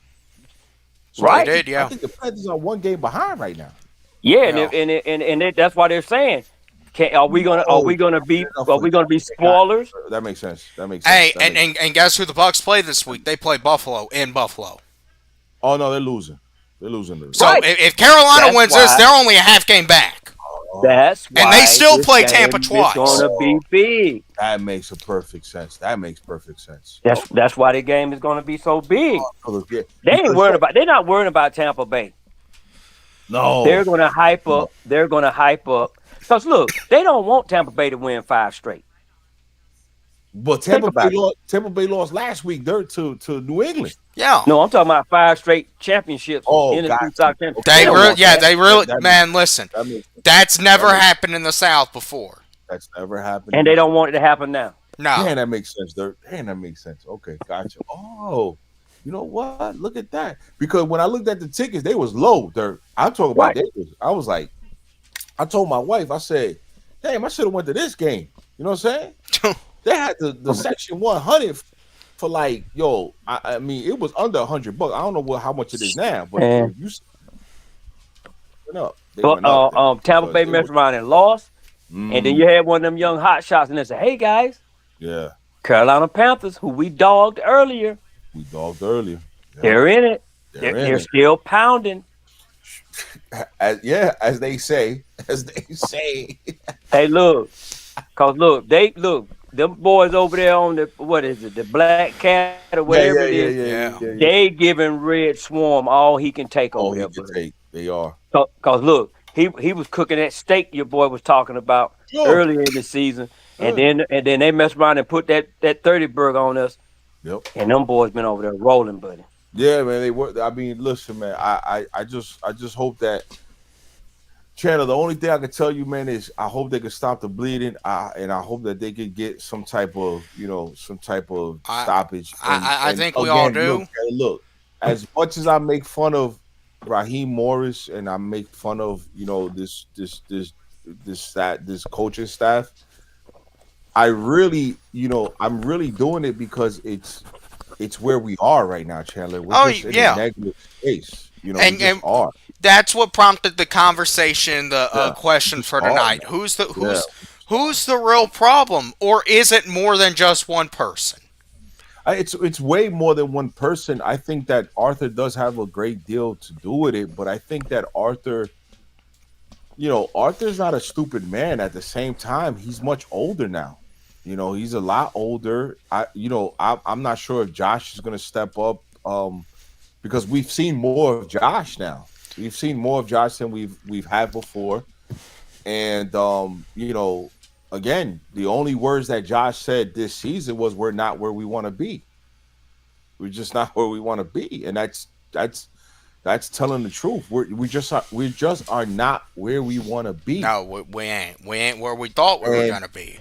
right. And look, like my perfect scenario for next year would be you're gonna have to go through the Bucks, but if you could get a wild card, you're gonna have to go through Tampa. Yeah. It don't matter what you say, do. It doesn't matter how you draw it up. You're going to have to go through Tampa. Yeah, and You I just mean, are. listen, And right now, I hate Tampa more than I do the Aints at this point. I don't, man. Let me tell y'all I, something. This is the first time in many years I actually hate the Falcons more than any of them right now. well, I'm but being dead serious. I hate the yeah, Falcons more than I but love the again, Falcons, but I also hate them a whole lot more than I even do the Aints at this point. sure, but again, And don't when get me you wrong, ask, I hate the Aints, but I sure, hate the motherfuckers. but I don't even hate the I Falcons. I hate the motherfuckers in charge. sure, but I You guarantee. just you're just angry. That's all. Right, You're that's not. You it. don't hate Hey, them. You're just you know angry. what it is. Right. Two So, different emotions, man. but what I'm saying is, if you ask, if you ask, a PSL owner like 330, a guy like me who goes to the game, a guy like you who goes to the game channel, and you say to yourself, "Damn, we got to play Drew Brees twice. We got to play Cam Newton twice." Their fans will say, "Damn, we got to play Matt twice. Damn, we got to play." You know, the the rivalries have died out. Yes, They have just they've all died died out out. because of the factors of the play. If if again, there's people that don't like Matt Ryan to a certain degree, and I understand that. And man, also Tampa Bay was never really any of these teams rival in the Well, division. Jameis Winston used to sling the ball. Can nobody deny that? But again, he was a turnover That machine. But well, again, Tampa has right, never really had a right, rivalry with yeah, anyone in this division. I've right. never thought But of Tampa again, as a rival. They kind of had right. a little something with the Saints for a second, but that was Sure, never long term. The Bucks sure, are but not any again, of these teams' rivals. They're adversaries. They're not sure, rivals. but again, when you have those factors, if Three Dirty was going to the Georgia Dome and would see Cam Newton against Matt Ryan or Drew Brees against, those are moments. Those are special moments in a fan's life that you go by. What And and that's what I remember. yeah, I and that's remind what you myself remember. Yeah, of the classics. the classics. So again, Chandler, that has died. That has died in the NFC South. It's dead. Yeah, no, And this division ain't what it used to be. it's not. So a younger like a younger you right now, you're getting so much knowledge like right now that you're saying to yourself, wow, you're not gonna be the same Chandler in 5 years, 10 years. You're not gonna look at Oh, the no, you're gonna look at it totally different, You're bro. gonna be totally different.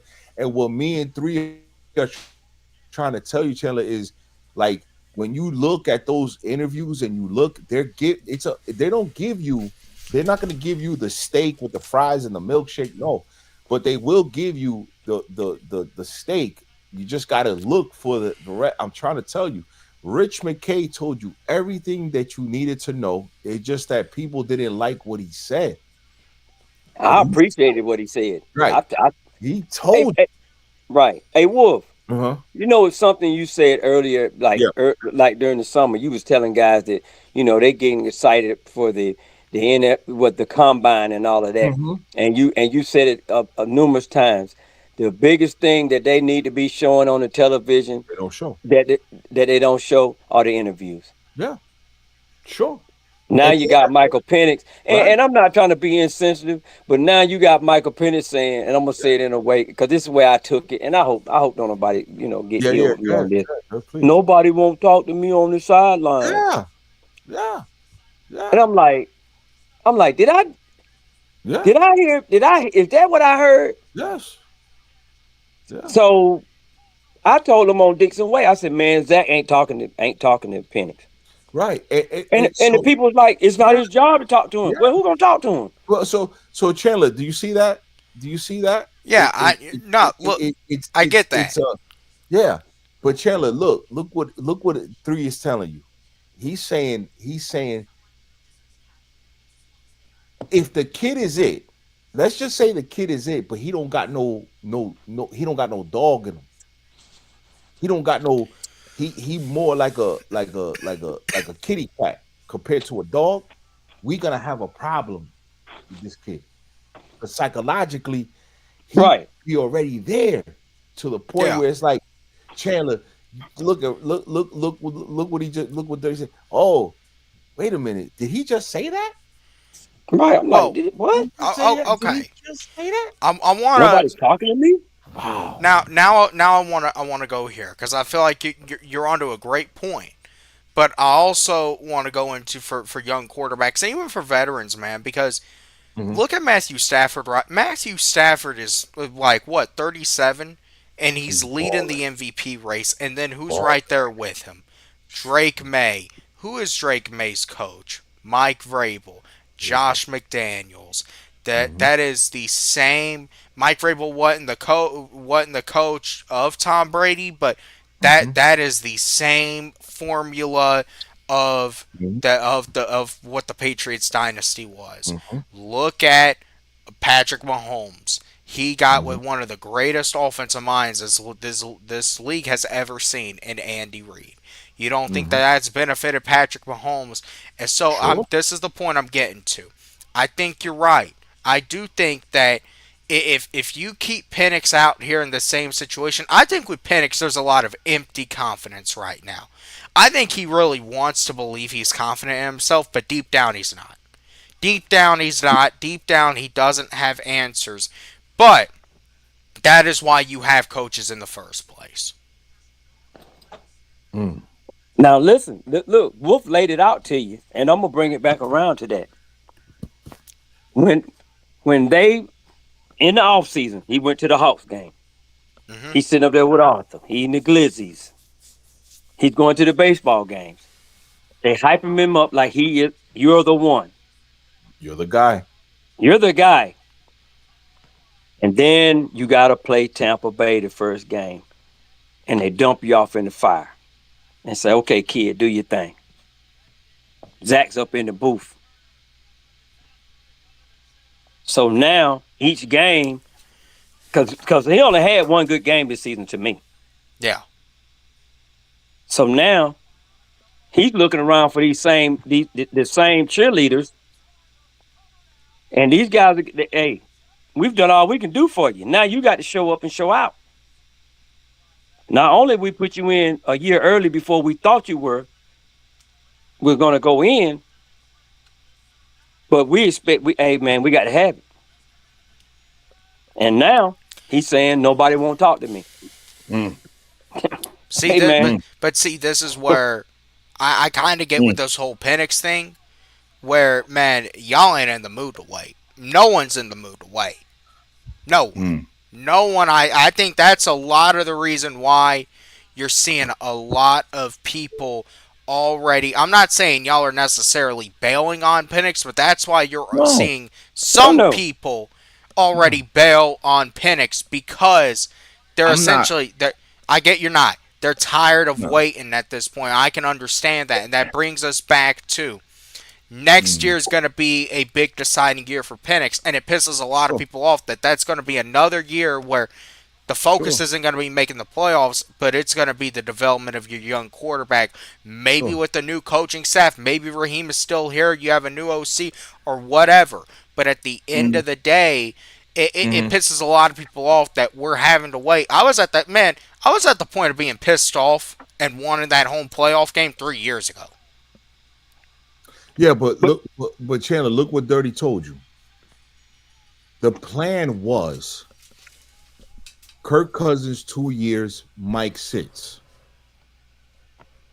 The plan went to crap after 9 games. Mm, $90 million later. That's why it hurt so bad. Because not only is Michael Penix not playing up to par, we gave a guy a contract that we shouldn't have gave him so much money, and we gave him a no trade clause. yeah, We gave him every so again, let's say Terry's whatever, that's fine. That $100 million mistake, that's on Terry. yeah. you It's think going.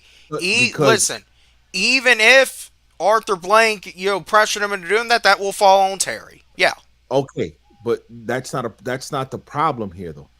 The problem here is it don't matter if Kirk isn't whatever. His salary takes up a lot of the premium positions that we don't have depth for right now. yeah, So again, this is a mistake. That these are mistakes. So they look. The media is going to make it bigger than what it is. It's not the worst NFL contract, but the Dirty said the plan was Was once that was is past tense, everything goes out the window. Everything goes out the window. And by the way, you probably should have had a quarterback competition with three set at the summertime to see if Kirk was going to play up the par. I got shot down on Wednesday on that, but Right. that's another story. So Okay, again, Chandler, this is what the eeny meeny miny mo catch a tiger by the toe. Because now we're going back and forth on so many things that it's like, okay, well, wait a minute. How are we beating Tampa? Because Tampa's it has consistency and continuity, and Todd Bowles pays so much attention to detail that that Baker has played with two. What was Baker's knock at Cleveland? Oh, he can't play with the OC. Can't play with the OC. No, he's no, had no, an no, OC no. every different year in Tampa. Yeah. Remember Chandler? They said, "Oh, he can't play with the OC. The OC, this, that, and the third." Different OC Baker every has year. had 3 different OCs in Tampa and has win the division, going on his third time winning the division. On his because third, everything else was solid though. because everything was solid. And what Todd Bowles is, he paid attention to the detail. Again, Yep. we If Raheem paid attention to just the small detail, Chandler, we would be sitting here 5-6, or or at least 4-6. But You talking about 4-5 or 5-4? 5-4. Okay, we would be sitting here probably even at that if the detail if you would pay attention to the detail. Again, it's all about paying attention to the detail. There was not listen, there's nothing wrong with if you like so again, you pay attention to Kansas City and when Andy read the Buffalo game, yeah, you wanted the game. Andy probably gave him the B playbook because he probably in his head is like, you know what? We're probably going to see these guys in the playoffs. And so this worked. This didn't work. We scrapped this to get rid of this. And that's how you're thinking ahead about so much because Andy's like, listen, we're fine. We're okay. At 5-4, the Kansas City Chief faithful are still okay. At 3-6, okay. Oh well, I'm sorry. What are they? Dirt 4-5. The Baltimore Ravens. Yeah. Yeah, but look, and I'm glad you brought that up. Yeah, As much as Lamar's been getting dogged out, sure, sure. the naysayers are very quiet right now, and Quiet, they're waiting. quiet. They're very quiet, But buddy. Chandler, do you see the difference in what I'm saying? It's like when you have a player like that, it like if Mike was that at 3-6, I would tell you, yo, Chandler, chill out. I wouldn't even tell three, chill out, chill out. But Michael was paraded like he was the guy, Chandler. That's how he was paraded. It And was. Wolf, you said it. Yeah. He was getting thrown in the fire, and nobody saw it. Nobody saw it. He's gonna play Tampa Bay the first game. Yeah. Oh, and we Yeah. got him. We got him. We got We him. got him. We cooking. We got him. Okay. Chandler, that's why I say and look, we know we talk behind the scenes. I talk to 3 Dirty behind the scenes. That's why I always say, Chandler, like if you tell me, yo, Wolf, I'm the man, I got this, then that's how I'm gonna look at you, Chandler. Like, Yeah. okay, Chandler's got it. You good. And if you fumble and you come back to me and you say, yo, Wolf, you know what? Hey man, I gotta take a look at what the hell you're doing then, Chandler. I gotta be Yeah. like, man, Then I mean, you're gonna be looking a little crazy. right? Because you told me, yo, Wolf, I got it. And then me and 3 say, yo, let's try to help Chandler. Nah, he said he got it. So I'm like, okay. I'm saying, but 3, nah, man. He said he got it. He And said he got it. how am I So supposed to? you saying essentially that's the thing with Penix. It's at this point, Ah, it's trial by combat. why would you parade him around like that, Chandler? You put more pressure on the kid. You put more pressure on him. You should have kept him But low and quiet Yeah, and humble. but here's my right. thing: was that his decision to be paraded around, or was that other people's That's decision? Arthur. I Okay. told you, yeah. So I now told I'm you, gonna go back to the original question: who yeah. is the problem? It's a mixture of all of them. Okay. It's a mixture. It's a Great. bad mixture. Bad mixture. Hey Bad. Chandler, check this out. Yeah. I'm gonna give you some credit on something that you spoke it, but now I'm gonna bring it to you and tell you what you meant. You asked the question last week and the week before that. Who's on the Falcons franchise is gonna be able to rally the troops? I asked Okay. that. Yeah. Yeah. See, you felt it, but you didn't understand what it was. But now you see. Mm. And I told you, Penix is not gonna rally the troops. Mm. Kurt has a better chance of rallying the troops than Penix does. That's a good point. That's a good point. So And you saw it coming. You saw it, but you didn't understand what it was. And I've been saying it. It's a disconnect and it's incompetence on this in the ranks. so Mm. The players are okay. Mm. yeah. It's incompetence in the ranks. Well, okay. I want to Mm. ask you this though. You saying that Penix has a better chance, or that Kirk has a better chance than Penix of rallying the troops. I'm not necessarily going to argue with that at this point.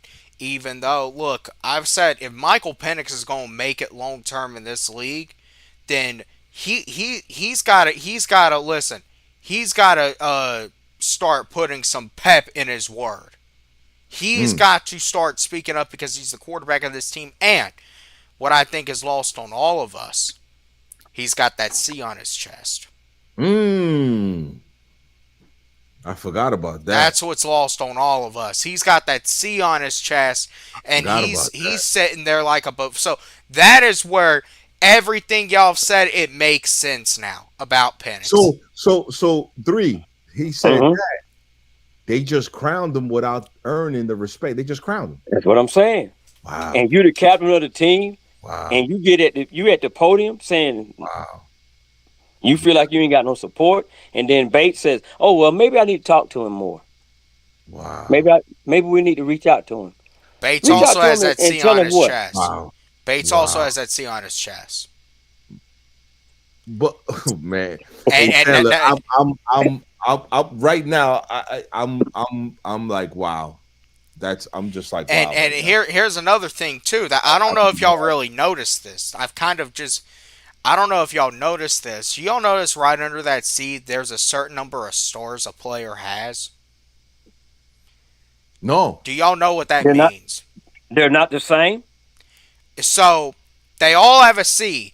Those Right. stars represent how many times you have had that C.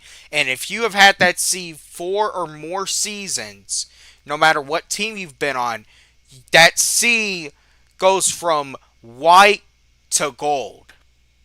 Wow. Penix has a white C because this is his first time being a captain. Bates, and mind you now, I don't think Desmond Ritter ever had a C. No, Desmond Ritter they never didn't had a mention it. C. I don't think They Mariota didn't even mention it. ever had a C. He may have. I don't think so. I know Kirk had a C. Penix has a C.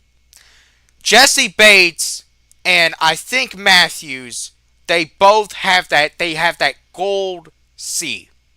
They have been the captain. So now we're putting all this on Michael Penix. Absolutely, he's the quarterback of this team, and if he's going to make it long term, he's got to step up. Where has Jesse Bates been through all this? Obviously, the captains of the team are not having their own meetings. But see, this is where Hmm. I truly just think the the tone that is set by the coaching, the uncertainty, the cluelessness of Raheem up at that podium, just saying, "Yeah, we got to find ways to win." That's the same. He says the same shit every week, and he sounds so defeated saying it. That reflects in the attitude and the actions of the captains. That's an interesting. That's an interesting point. To be honest with you, I really don't have too much to say. I got to think about that a little bit. Yeah, just threw it out there. Yeah, That's why I brought it up what Chandler said. no, And then, yeah, I he's got a lot younger than me. And I yeah, said, he's on to something, but yeah. I'm gonna and I told Got to him, think and I about say it again, Kirk Cousins has a better chance it. To of galvanize. Now rallying these Kirk don't guys. have a C this year though, because It doesn't matter though. It don't it matter. don't Yeah, it don't Leadership, it don't yeah. matter. But Shit. just because you're in the front don't mean you the leader. That's hey, it. That's it. Yeah, but that's it. what is Kirk Cousins? And look, Kirk has probably the easiest job in the whole league right now. He's collecting $90 million. He's sitting on the bench. What is Kirk 100 doing million. though? A 100 hundred million. million, though. Yeah. But Kirk, as a veteran, he's got to step up. What is stopping Kirk from rallying the troops? Even he could do it from the bench. He could almost Oh act yeah. like a coach for them. But I think that again, it's one thing to be 27, come in there and do it. It's another thing being 37, and there's no rhythm. I mean, I don't think he just has the rhythm right now. It had a No, rhythm. Yeah, I just That's think again why I yeah, wasn't there in the competition. That would showing have been more intense competition, right? More intense, more heavy. preparation. Yeah, And it would have helped Penix. It yeah. would have helped Penix. And again, and look, Chandler, look, this is what I'm saying to you, right? Raheem's a smart guy. I'm not saying that he's not.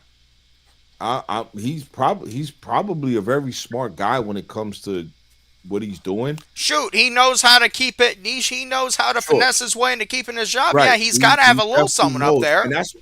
and that's what people get pissed off when I say that. But the problem is, listen, it's at this point where you are, and what you're going into the off season. Like when in God willing, we'll be here January, February to talk about this stuff. And again, I don't want to get into this right now because we're gonna have so much content. It's gonna be. I'm trying to tell you guys, we're gonna have so much content come February. It's gonna get local. I'm trying to tell you guys, it's gonna get local. Can he? If he's the guy that's gonna be back next year, I don't have a problem with that. I think a lot of people are gonna have a problem with that. That's fine. Can he get the band back to? Can he get the band back All together? right. Here's the thing. You talk once again. Now you're talking about Raheem being back next year. At this, listen, Raheem would really have to, I think, wow me for me to buy. And listen, I want to Okay, root for the coach of this team. I really okay, do. I wanted to okay, root for Raheem. Hell, even this offseason, I wanted to think okay, he's got to learn from his mistakes at some point. He's not learning at this point, but I okay, really want to. It's okay. Go gonna. ahead, Chandler. Watch this three. Go ahead, Chandler. Go I'm ahead. going Go ahead. to go ahead and say, man, He's got to wow you. he's got to wow me. He has Okay, really got to okay, turn a corner. He has got to show that he okay, can rally the troops okay, and he okay, can get. He has got to have a massive okay, turnaround. It can't okay, just be he finishes the season strong with a couple wins he okay. shouldn't get, but the That's same fine. issues still appear. Okay, what game that's left on the schedule is gonna wow you? I'm gonna tell you some games. First of all, he cannot lose Go. any more of these games Okay, that okay, but we're gonna okay, be favored in. okay, but tell me a game on the schedule that's left that's gonna wow you. Well, I'm gonna get to that in a second. Our next Okay, three games, they're the Panthers, Saints, and Jets. He better win all those. He better okay, sweep the Saints. The okay, games for me, there's two of them. okay, There's not many left after that. There's two games. It's the okay, Seahawks and the Rams game.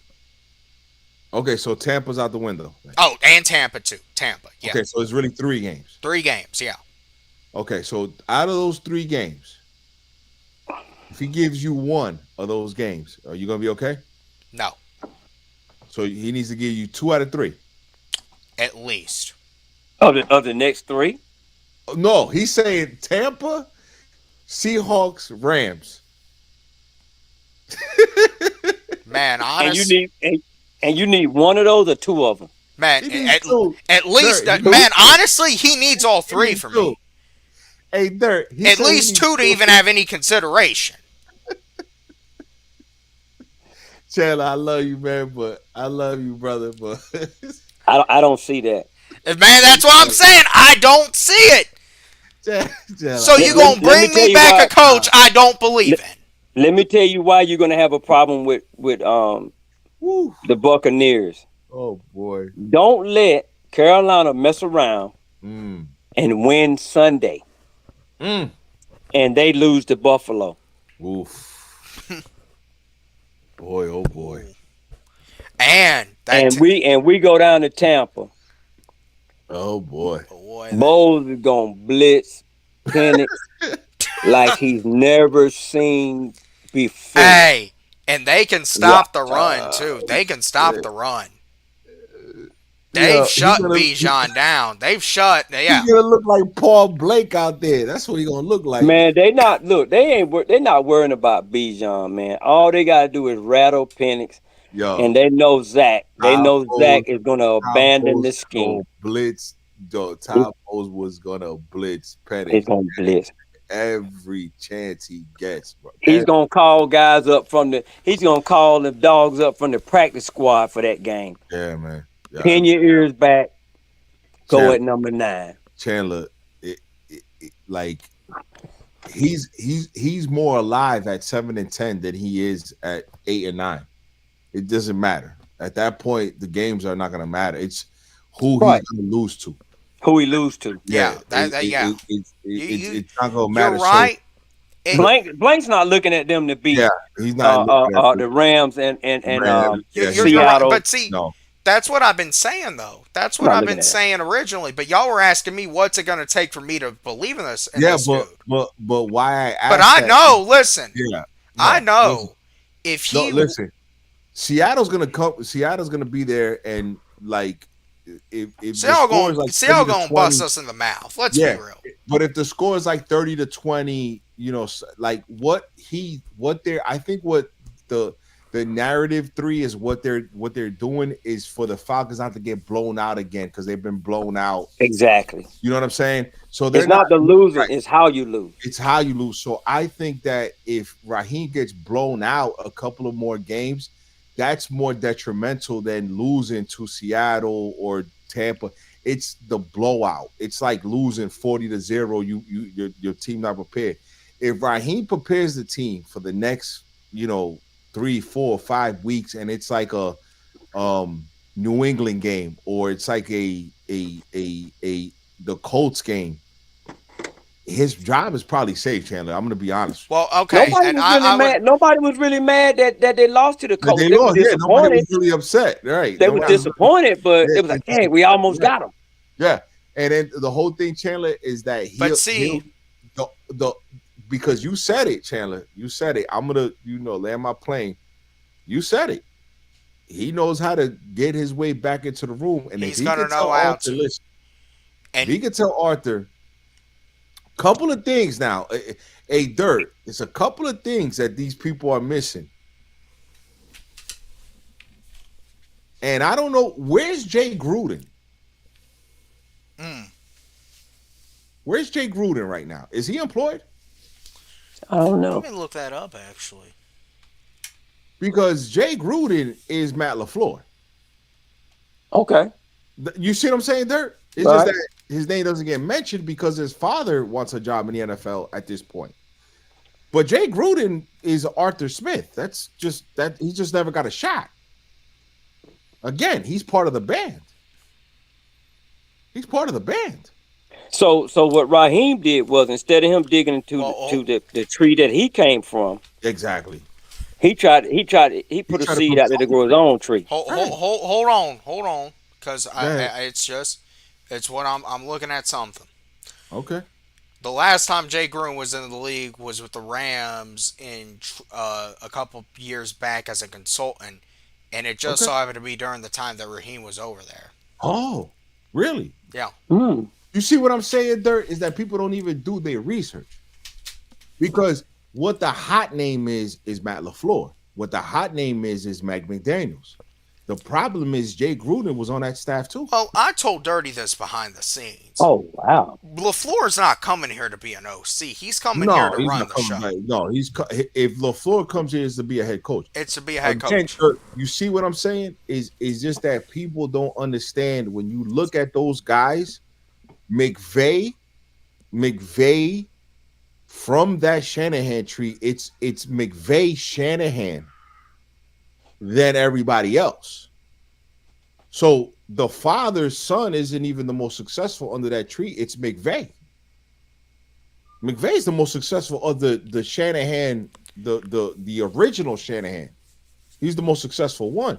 You had Arthur on that staff. You had Jay Gruden on that staff. You had LaFleur on that staff. You had Shanahan Jr. on that staff. You had Mike McDaniels on that staff. Arthur Smith was on that staff. Raheem Nah, Morris. I don't think Arthur. I think Arthur Smith was in Tennessee then. No. Arthur Smith comes from that coaching tree. You He comes hold from He hold talking on. about the tree. the tree. You might. Well, He was in Washington. He was in Washington with those guys. He was in Wow. Washington. yeah, I think you're right, but I do want to confirm. Okay, Yeah. he was there many years. How long was Mike Shanahan the coach up in Washington? Actually, Uh, hold on now, because it may I have. know. No, he wasn't. I know he was for a while. No, But no, you got no, he wasn't. okay. No, Arthur was already in Tennessee when that crew had Oh, already Arthur was taken in over. Tennessee. Okay. He was in Tennessee. But again, Arthur, so But Jake, he did coach in Washington though. he coached in did. He Washington. coached in Washington before any of those guys got there. Okay, that's fine. Yeah. That's fine. So Jay Gruden is a name that was on that staff. Like I said, can he get the band back together? And somebody who's been out of the league, stress free, probably out as a consultant role, looking inside or what's looking from the outside, what's happening inside the NFL. Okay, you can give the job to a Jay Gruden. Joe Brady's not coming to be a OC. He's He's coming not to be coming. a head coach. Cliff Kingsbury's not coming to be a OC. Okay, unless you turn to TJ Yates and say, "Hey TJ, listen, here's your shot." Unless you're gonna do that, which most people are probably be comfortable with, because at this point, TJ Yates is a blank guy. He's Yeah, a blank. He's a blank baby. that was one of my Mm. comments on Yeah, another he's a show. blank. Yeah, He's a blank baby. And then whatever. But Chandler, I'm trying to tell you, listen, look, like, look, I wish I could stay longer to talk. But look, what I'm telling you is this, Chandler. Can they? All I'm looking for is Sunday when I watch the game is, can they stop the bleeding? And right. they can't compete with the Carolina Panthers. They can't compete with them. So I'm looking for them to stop the bleeding, Chandler. You know what I mean? That's what Yeah. I'm looking for. So Because everything that's going on with Carolina right now, yeah. it's falling for it's giving us a way They out don't even want because of Bryce our Young to be strength. successful. They don't even want Bryce Young to be successful. Nah, Dirty, you seen him when I battled them. Chandler, you were there. Like when I battled the whole Man, Black that don't Panther. got ain't believe in Bryce. Right. They don't even want Bryce Young to be successful. even though they're winning, they don't. They Even still though don't they're want winning, they don't even want Bryce Young to be successful. So Chandler, with that being said, man, listen, man. I know we're gonna check back in probably after the Seattle game. Hopefully Will could be here next time. Hopefully we'll check in. We'll probably Um, do our next check-in. okay. I would, man. We might wait till later in the year. We might just do like another one. I mean, listen, I'm always live after the games. Y'all Yeah, can. yeah, yeah, You're yeah. always Yeah. welcome. I'll try to come through on Sunday. I know they play at 4. I just got to do some Now they play at prepping. 1. Oh, they do play. Oh, they play at 1. Okay, gotcha. Okay, okay. If they play at 1, I'll probably come on for a little bit. Probably like because I got to start doing that too. I got to start coming on after the game. I'm just so pissed off Yeah, at and the. I'm trying to. I'm trying to get Will to the Seattle game. That's gonna be the Okay. one I'm gonna try to get him to. Well, there's going to be a lot of people there. Um, from what to. I Yeah, know, I they're know. going they I know the do know wolf. They that. know the wolf coming. Yeah. They know that. Oh, I do they know. low Yeah. key. yeah, They low key making that effort because yeah. they know wolf So, coming to town. so there's a lot of people coming.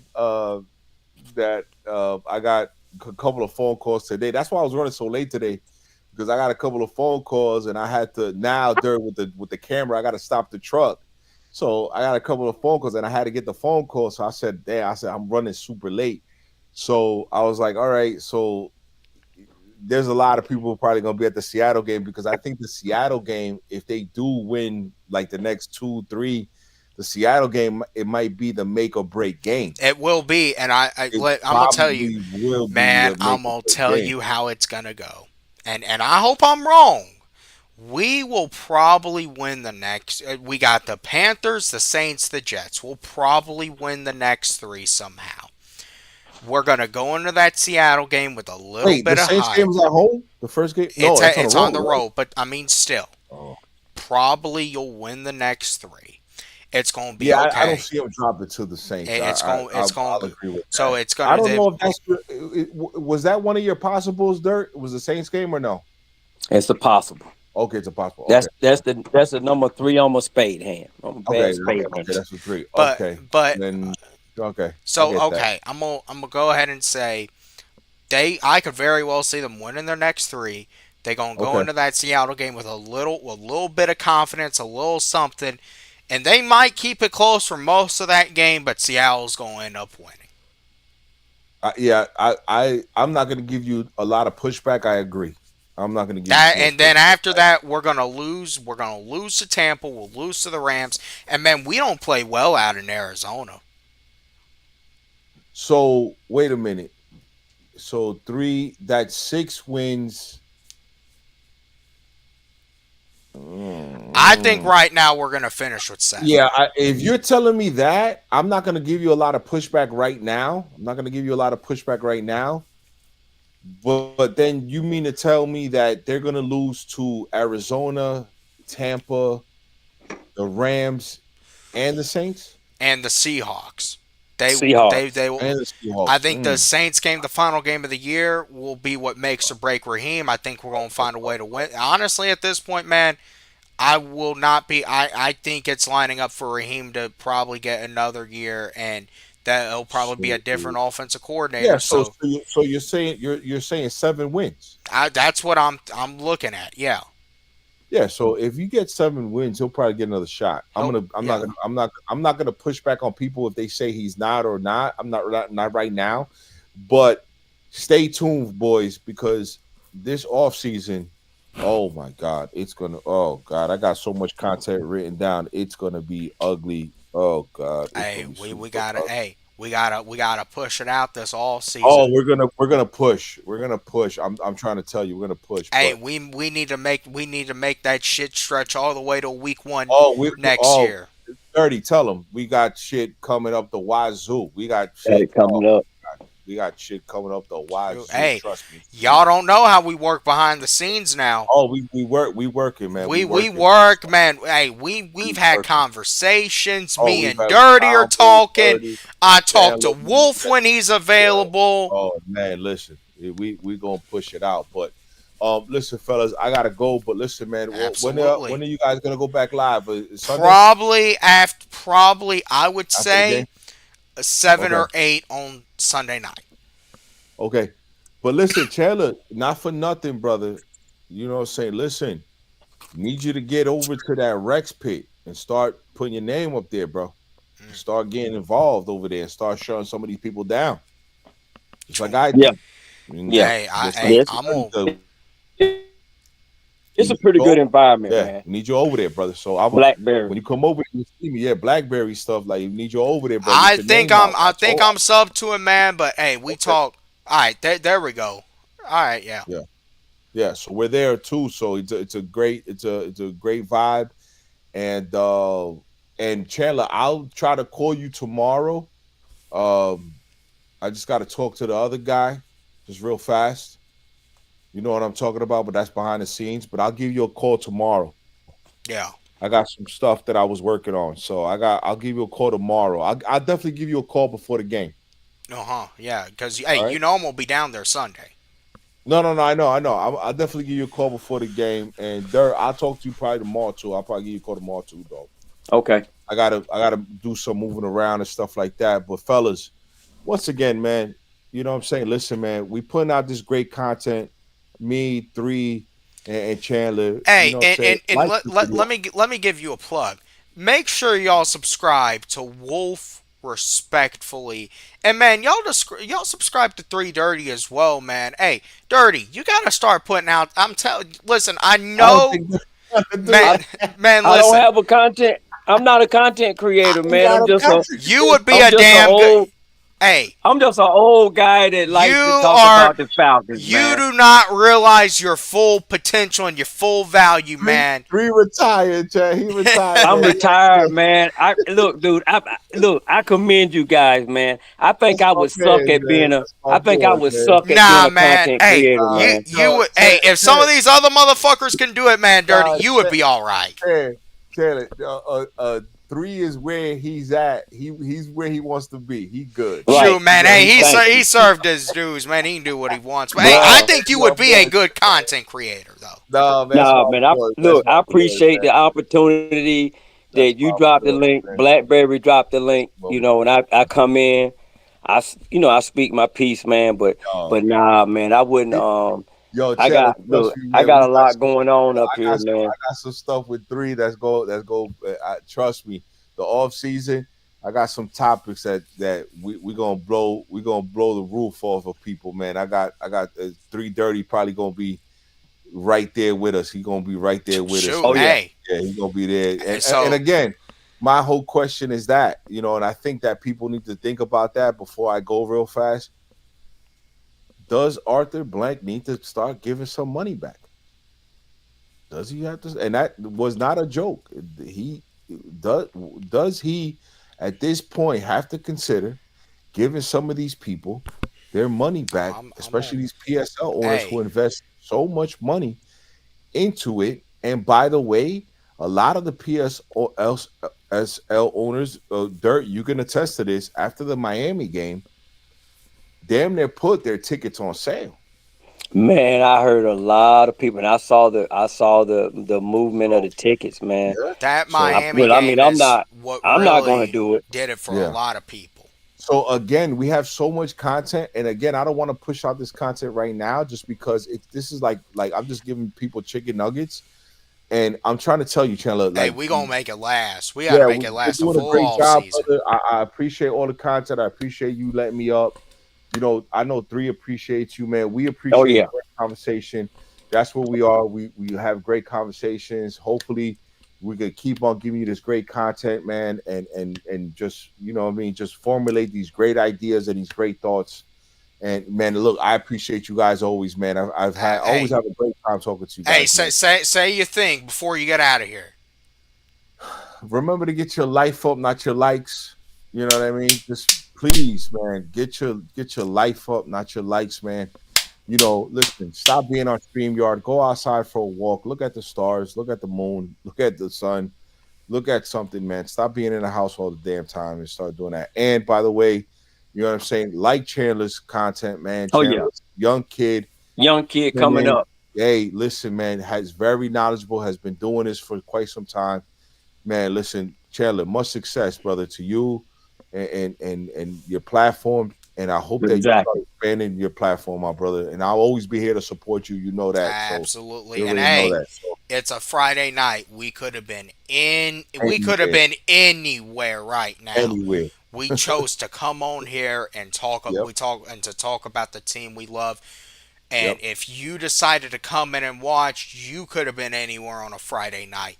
You That's right. decided to come and listen to us. So listen, Right. anyone is welcome to hit the link. I don't listen. I don't discriminate against anyone. Come in. You start saying some stupid stuff. It might be a different conversation. I'll always let you up though. Yeah. I'll always let you up to speak. But but just know we saw it. Hey, these boys brought some heat to me tonight. So no one is immune to. Hey, I brought some. We all brought some heat tonight. We're gonna bring some more heat, and, Oh, and we're I, gonna bring fire. yeah. Oh, we're gonna bring some fire to that Yeah. ass. Oh, we're gonna bring some fire to Shoot, that ass. hey, And hey, we belt gonna, hey, ass. we gonna bring the heat just like Todd Bowles gonna bring the heat to Michael Penix. He gonna bring the heat now. Oh, He he, gonna tell him, he what kind of definitely defense are y'all running Sunday? yeah, yeah, yeah. Blitz. They're definitely gonna bring the heat. But like always, Shoot. man, you know what I'm saying? Don't forget, man. Don't forget to like, share, subscribe, everybody out there. But listen, fellas, I gotta go, but I'll hit you guys up tomorrow, though, Hey, man. sounds good. Sounds good. All right. All right. Three, take care, my brother. Yes, sir. Take care, my brother. All right. All right. Hey, it was a great show tonight with Wolf, man. Oh I'll man, tell you that's what. man. Wolf, look, Wolf come from the left side. Hey, I'm about to let a Panthers fan up in here, man. We're gonna talk about this Oh, that's my game. guy. That's my guy right there. What's happening? What's up with you, baby? What's up? Y'all on I-85, man? Hey, he coming down right now to the game. Tell him, CPG, you coming down. I'm going to work. I don't know. Shoot, hey, I can tell you was in your car. I wasn't sure. What? What? We can't hear Yeah, you. I can definitely tell you in your car. I can hear all that in background, man. Oh, he went. He must Because be switching up. I was really wanting to ask him what he thought about the game on Sunday. We was But talking a well, little bit. he probably come back on to get it. He gonna get his stuff together. Yeah. But yeah, man, that was a good move right there. But yeah, you need to come over to the home team and check him out, man. And I oh, you'll do good in there. You'll Yeah, do good. hey, I've been listen. I've checked out their content in the past, but hey, man, look, listen, life is Life's gotten in the way. Sometimes you got to take care of business. But listen, I'm Oh getting yeah. more active now, and this is we're having these conversations, and it's important. Because listen, Oh yeah. I'm past the listen. We dwelled on a lot. I'm really past the point of dwelling. I'm ready for solutions. Hey, is that better? Yeah, that's Yeah. better. Yeah, that shit connected to my car, and I couldn't take my Yeah, eyes off the I could road. tell. Yeah, there's too much traffic tonight for me to like look down long enough to figure out my steps. Shoot. Hey, so what you Hey, think? what's the vibe in Carolina, man? Charlotte. I can't speak for everybody, but I know a lot of us just kind of Hey, there we go. He going out again. is it going out? Am I Yeah, going on it you? was going out for a second. I was saying I can't speak for everybody, but I think a lot of us are just disappointed after last week. Well, And shoot. a lot of Hey, the fan base is saying like, man, is Bryce might not be the guy because the I mean, go look at his stats this year, man. He almost never puts up 200 or more yards. man, He's always 120 to this is 170 why yards, CPG. I one don't know interception. if you watch my video. I said this in my video. I want us to make Bryce Young win this game with his arm. That's how you beat us this year. You got to make Bryce beat you. And that's what we I did not actually, do in Charlotte. We fucked up and we let y'all's defense and y'all's running game dominate that game. I think your coach did a great job in just rallying around Bryce Young. Putting talent in the right places. Even if Bryce isn't playing, as well as to be expected, I think they've made the most out of that situation. When you agree, I think they've done the best with what they got. right? But I mean, you've seen the Saints do it. The Saints were the first team to be like, all you got to do is shut down Rico and you can beat the Panthers. Hey, and hey, is Rico playing Sunday? Yeah, is he gonna play Sunday? I would imagine so. Well, I think he did limited participation today. He was I like think. that last week, kind of too. I don't know if that played a factor into the Saints being able to shut him down or not, but I don't. I don't trust Chuba to get more than 2 yards of carry. Well, true bad it. Yeah, see, that's what I'm saying though. Y'all are gonna try to get that duo going. Now, look, you know this, CP. It's a divisional game, and that's something we really didn't touch on. That's what I At told the end of the everybody day, last anything week. flies in a division game. I told everybody that last week. I said, y'all don't be surprised. I don't care if the Saints are 1-8 or damn 0-15. It's a divisional game. Anybody can win. Yeah, I was surprised. Even though they got rid of Shaheed, they It's been still like they that all still year, going man. deep, right? Every time I tell our fan base, don't get too excited.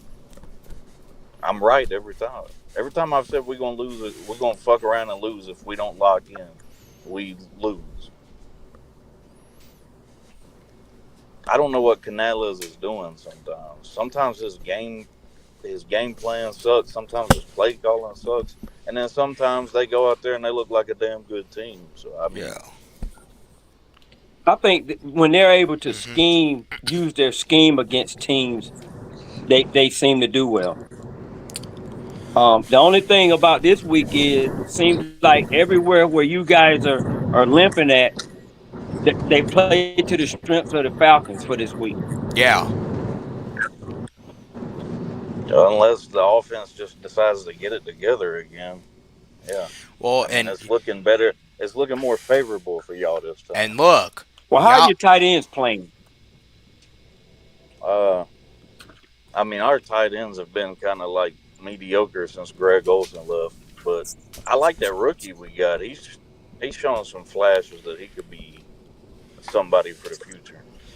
Well, they probably gonna try to feature him a little bit against our linebacking core. I I think that would we've think. I looked. would.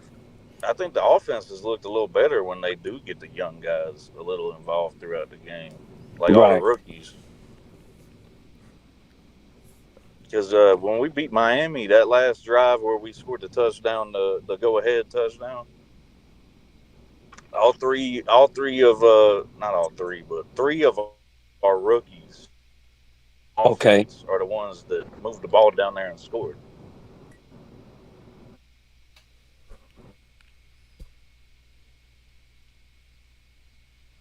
Yeah. Coaching staff to me, but we don't really have any strategic coaches on our offense side. So I would, yeah. And based on like I've heard y'all talk about y'all's team a lot this year, and based on the way y'all perceive the Falcons, I would say that I guess that's our advantage this week is game plan. But and CPG, you because oh, hey, he I've definitely known he, he can scheme against I've the known Falcons. It's not that Because CPG hard. for I don't, several I just years. don't want them to be like we S- be. and I was talking to CPG. We've been talking for years. Man, this is y'all's first chance to sweep us since 2013. Damn, has it been that long already? Shoot, yeah. So y'all listen. Y'all better believe Carolina's gonna come in here, and you cannot take them lightly. And I've said this, and I really I didn't mean, mention it with Wolf in here. I have said if Raheem loses these next two games, he's gone. as pissed off as Bryce looked after we lost to the Saints, I would say you're gonna get a pissed off Panthers team. To be honest, Well, I mean, we gonna find out a Yeah. lot about the Panthers on Sunday and what they really are. but I'll tell you, as a lifelong Panthers fan, that was the most Panthers shit they could have done. Go up to Green Bay, beat the Packers at Lambeau, and then come home and lose to the Saints. Hey, that's some shit That's that. that's the shit we do. Ain't it dirty? That's that inconsistency. Like I was really maybe thinking, man, y'all come in here a little too big for your britches, like we went in Charlotte. If we would have beat the Saints and all our fans would have been talking shit, hyping it up all week, I'd have been like, yeah, I don't know how comfortable I feel with y'all doing all that. Exactly. But But now I'm hey, like, I just hope we can beat y'all because there's so many factors that go into this. I know y'all want revenge for that 30-0 game. I worry that our coaching staff is going to be like, oh, we beat them easy last time and not even game plan. man, I was saying this, man. The only really I think acceptable thing for a Sunday, if Raheem wants to make a statement Sunday, a positive statement, he's got to come out and bust y'all in the mouth. This team has to come out ready. And man, with Drake Well, potentially not playing again, man, I don't know if that's gonna happen. well, just like Wolf said, I'm not. I'm with Wolf on this. I'm not worried about the winning. I'm worried about stopping the bleeding. Mm. We need to stop the bleeding,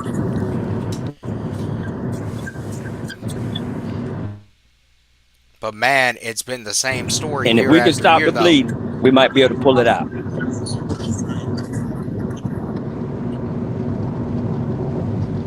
I'm not on 85, but I work right Okay. beside 85. I got to listen to that damn 85 traffic all night at work. Shoot, hey, they all coming down here Sunday. You gonna be listening to Oh some yeah. people coming down. And hopefully, we don't have to hear y'all play swag surfing at the end of the game. Yeah. When did listen. y'all start playing swag surfing after wins? We've been doing that for a couple years now. Yeah, I was they've like, been hell, doing y'all it. got so many artists out of Atlanta. Y'all should have been doing stuff like that. Yeah, that's swag surfing, especially when we winning, boy. That's a well, that thing that and then that we ready. We'll do the we ready up in there. Hey, Every now time I see him upload a video from y'all's stadium and y'all playing that song, I'm like, damn, y'all got y'all's own little Sweet Caroline now. Exactly. shoot, yeah. But hey, look, they really only did start doing swag surf like kind of recently because man, when About Matt 3 years. it was when Matt left Yeah. because not when Matt was still here. They used to it when he especially when the Georgia Dome was still up, man. They always used to play their little And I wasn't really going to games like that back then, so you could probably speak better to this, Dirty. Yeah, they still, play their hip hop, but man, they were playing a lot of rock music back then, man. Yeah, they were trying to mix it up. I mean, now you really Yeah, I see think like a push going back to full on hip hop, which, hey, that's Atlanta. I think y'all started playing swag surfing around the time we started doing the Petey Pablo North Carolina, come on and raise up shit. Oh yeah, yeah. That's a good one. I always like that song. Because they did our touchdown song's always been that ZZ Top, a boom boom boom boom, but now they added the come on and raise up, take your shirt off it to the end of it. Oh, okay. Yeah, but Peter, a Carolina boy, yeah, over there at Pine Tops, Greenville area. Yeah, Petey Pablo, I think was like one of the, I think he was like the first rapper to from the Carolinas to be big like that. Yeah. Oh yeah.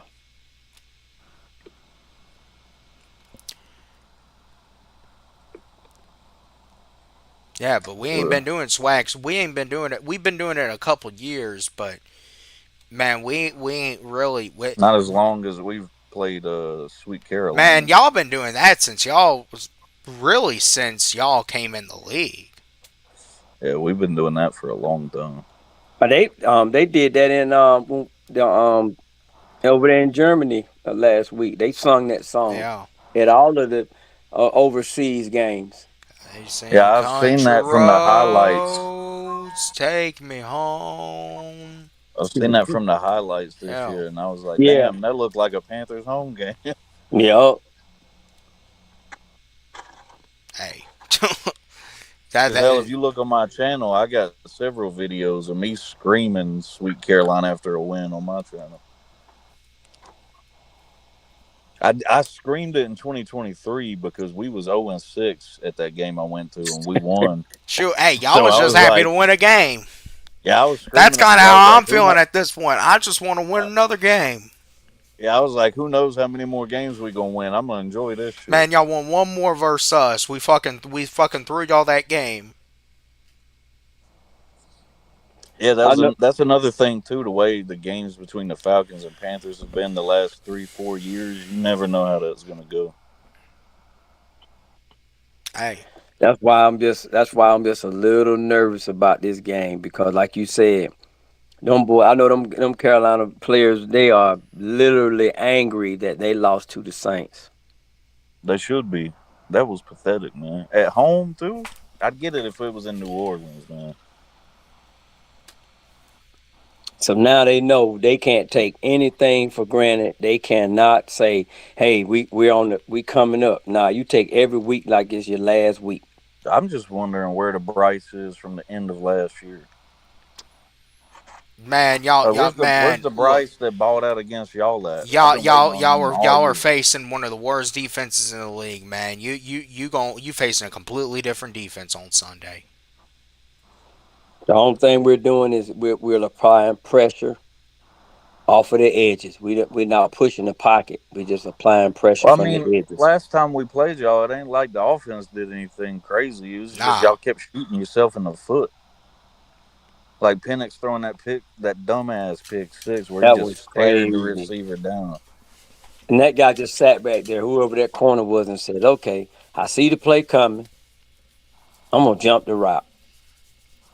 That was Chow Smith Wade or Shao Smith Wade. I don't know how you pronounce And his then first and name. then Bijan, by him being he's young in the league, he was supposed to have broke that pass up.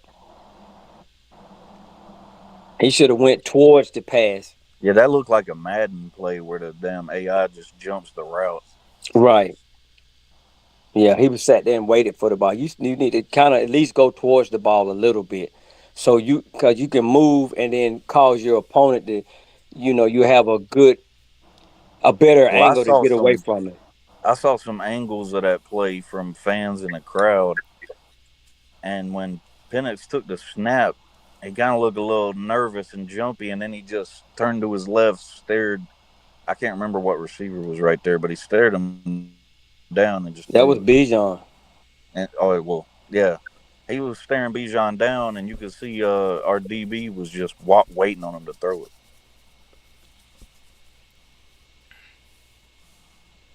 Yep, that's what happened. I saw it coming though, but I was like, "Uh-oh, please don't throw that ball." Hey, And I knew right then I don't, this game is over.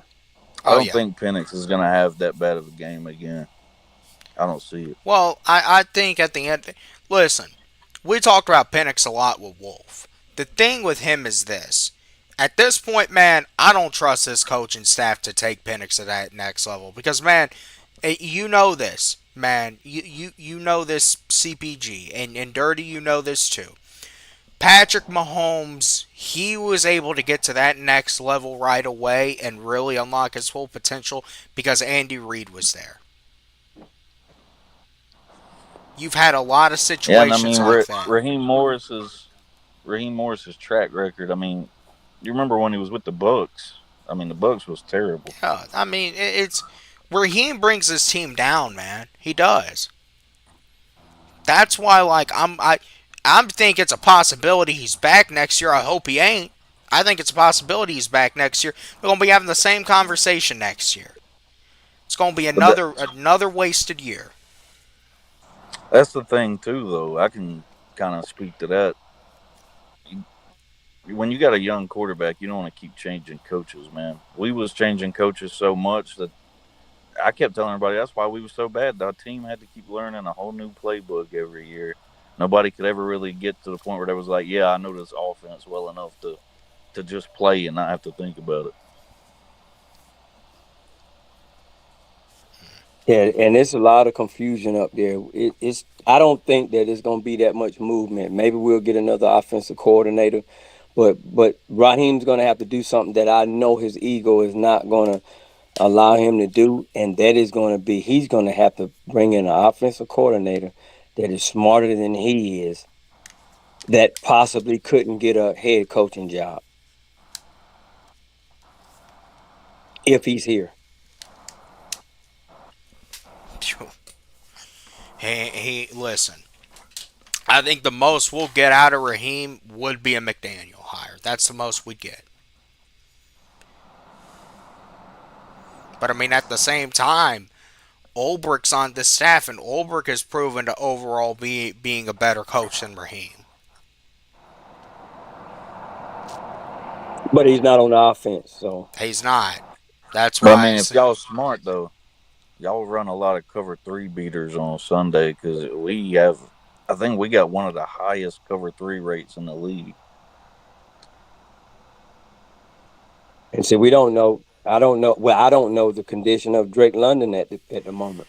well, I would right now. I would probably say that Drake's gonna try to go, but if he don't play, that's gonna change every. It's gonna be just like the Miami game, We're just gonna have to run the ball, which we went away from the Miami game. right? So I mean, that's why I say even with Drake in there, you got to run the ball. Like If because they man, if when you run Go the ahead. football, that can open a lot of things up for your offense. But because they don't run the football, they are not able to get things going with the offense. Now, look, how much of that, does that make Penix just all the way better? No, look, some of this stuff with Penix, man, Josh Allen, early in his career, I brought it up earlier, and I know, Wolf wanted to hear it. But see, CPG knows what I'm talking about because I can bring up Baker Mayfield and Sam Darnold, who are both Panthers quarterbacks. They looked absolutely awful. They probably were sitting around where Penix is, 50% completion percentage, stuff like that. You look at where they are now. Both of their teams are the two top teams in the NFC, arguably. There's a lot of players that when they leave Carolina, they look like studs somewhere else. It's the thing that our fan base talks about all the time. We're like, watch if they give up on Bryce Young, he's going to go to another team and ball out, probably. Well, man, the thing with Bryce though, I'm looking at Bryce right now, And I'm thinking, man, this is a half-ass Russell Wilson. At the NFL, man, that's what I look at when I see Bryce. This is a when he's going, he can maybe be what Russell Wilson was, but man, it's a very half-assed Timu Russell Wilson. Because man, when it's ugly for Bryce, it gets ugly. Yes, it does. And my thing I've been telling everybody lately is this is year 3 for him. Like I'm And man, expecting to y'all see got y'all's more than you coach. throwing for. I'm expecting to see more than him throwing 100 something yards Yeah. every game and a pick. Hey, y'all got y'all's coach. I don't think Dave Canales is a bad coach. I mean, it's only his second year as a head Yeah, nah, I coach. mean, But look, he could. I mean, sometimes I question his game planning and his play calling though. do you think that if y'all move off from Bryce potentially soon, maybe this off season y'all decide to go, you know what, we can do better than Bryce. Do you think that y'all will look in the market for a veteran?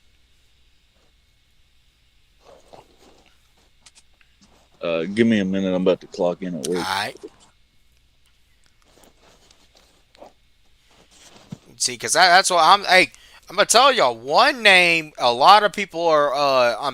Daniel Jones was the guy this year. Baker was the guy one year. Sam Darnold has been that guy recently. Hey, I'm telling you, Dirty. Who's next? Mac Jones is gonna be that next guy. Okay. Mac Jones he could be that next guy. Because it seems like it's the big story of who's that one rookie that it really steps up. Now it's kind of like who's that one quarterback that really is able to revitalize his career. And this year it's Daniel Jones. Next year I'm kind of looking around right now. I'm saying, man, I could see it being Mac Jones. So you thinking Anthony Richardson is out? And Anthony Richardson is going to be lucky to ever get a job in the league again. Wow. He might get like a practice squad or a third string. After being the number one pick, huh? For well, I mean the thing with Richardson is a project that was never able. Richardson, if Richardson ever wants to stand a chance in this league, they gonna have to get him with the right coach. Hey man, to answer your question though, there's already rumors that we're looking into Kyler Murray, Mm. and I don't want Kyler Murray. Man, You mean the hey, dude that they got to put a clause in his contract to study film because he'd rather go play Call of Duty? hey, that that that wouldn't even be that much different than Different than Bryce. what you got. That's yeah. Yeah, but At if that you're point, trying to move on, you're like this quarterback project didn't work out. We gave up a lot of capital to get this guy. Why would you replace him with somebody that's built damn near the same way? man, yeah. Hey, someone gonna take a chance on Mac Jones this off season. This off season, it's gonna end up paying off. Either way, I do think we need a better backup quarterback because I think Andy Dalton needs to retire. The red rifle. He's a red pistol now, though. Red BB gun. I've been calling him the Red Noodle. Wow. Shoot. Any of y'all play this Mega Millions? You know what? No, I did not. I Ooh, need this to. hand's it's like 980 million tonight. Huh. Man, if I heard it somewhere. I never got a ticket though, but I was if I would have remembered, I would have gotten a ticket earlier. I did earlier this year when it was like around a bill. Like, I think it got over $1 billion at one point Man, earlier wasn't this year. wasn't that the Powerball though? Yeah, Ooh, hey, yeah, I got a couple tickets. Hey, that was the first time that I had gotten lottery tickets. Well, actually, that was actually the first time I had actually legally gotten lottery tickets by myself. Because I'm a I was an adult now, but before that, I used to be able. My parents and grandparents, they used to play it a lot back in the day, but like that was first time I had gotten lottery tickets for myself since I had turned 18. And shoot, I didn't win anything. If I would have won something, y'all wouldn't be hearing from me right now. Come on, man. I'd be in witness protection. Sometimes money causes problems, bruh. Hey, you know who released that song? More money, more problems. The problem. Exactly. I'd like to hit five of the numbers. I wouldn't really, and you might think I'm pulling your leg, but I wouldn't want to win $1 billion. I wouldn't want to do that. Mm, Let me get five. Let me get five of them. Hey man, did you know we didn't even have a lottery in North Carolina until I was like 10, 11 years damn, old? Yeah, I remember when they. I remember when they brought the lottery to North Carolina. Yeah, when I was a kid, everybody up here used to have to go to South Carolina to get tickets. Yeah, go to Well, I know a lot of people used to go to on 95, go up there to Roanoke Rapids. So there's a town called Roanoke Rapids right there at the line in a place called Skippers. I think it's Skippers. A lot of people went there, and that line was long, and they was playing lottery. But then when North Carolina got the lottery, I think it kind of shut them down. man, there's this one store in Alabama. I still don't think has the lottery actually. There's this one store over in like it's close to the state line where like they get a lot of it's called Robinsons. They get a lot of business from Alabama because a lot of people coming to Georgia get lottery tickets. Yep. But nah, I wouldn't want to. I I wouldn't think want I to take was that listening journey. to one of these streams back one day, and I heard you say that you was in North Carolina or something like that, and I was like, Yeah. "Damn, not the traitor, man." Hey man, I was born in Georgia now, so and Nah, I've got that's a fair. lot of That's ties. fair. I've got a lot of ties to the Falcons, man. Hey, and he never listen. He was born in Georgia. How long you been in North Carolina? Since 1975. He ain't do no switch up when the Panthers came around in the '90s. I couldn't do it, Like man. a lot of motherfuckers was Washington Redskins and Cowboys and hell, a lot of Yeah, them were Falcons fans. yeah, I couldn't switch up. I got too many ties to the Falcons, man. Hell, CPG, I'm sure you know several Panthers fans that were Cowboys fans. Yeah, a lot of people was Cowboys, Steelers, or Redskins fans here before the Panthers. Yeah, I was excited that they brought him here though, to Charlotte.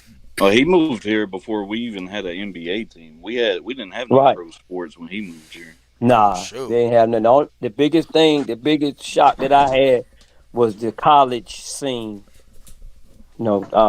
Even East Carolina, um, North Carolina State, North Carolina, UNC. So yeah, it was a different culture. No basketball or football. So the college scene was real big back in the 70s and 80s, and then they was bringing them championships, college championships to North Carolina, basketball wise. Well, I feel you. I can't say nothing. You was born in Georgia. See, I didn't know that. I just heard you say something about North Carolina. Yeah, yeah, I was born in Because I Georgia, mean, man. I'm only 30, and I was born like 30 minutes from Bank of America Stadium. Oh man, Hey, are they yeah, you going? guys are real young. Yeah. No, I mean he say I, this. I've grown up with the yeah, I've grown up with the Panthers. Basically, that's the one cool thing I tell people is I've pretty much got to watch the team's entire history. Oh, okay, So yeah. hey, what you saying is when you die, the Panthers gonna die with you. How was That's a it? lot of there'll be a lot of knowledge if I don't put it on my channel Exactly. left out there on the table. So how was it, man, when Cam came?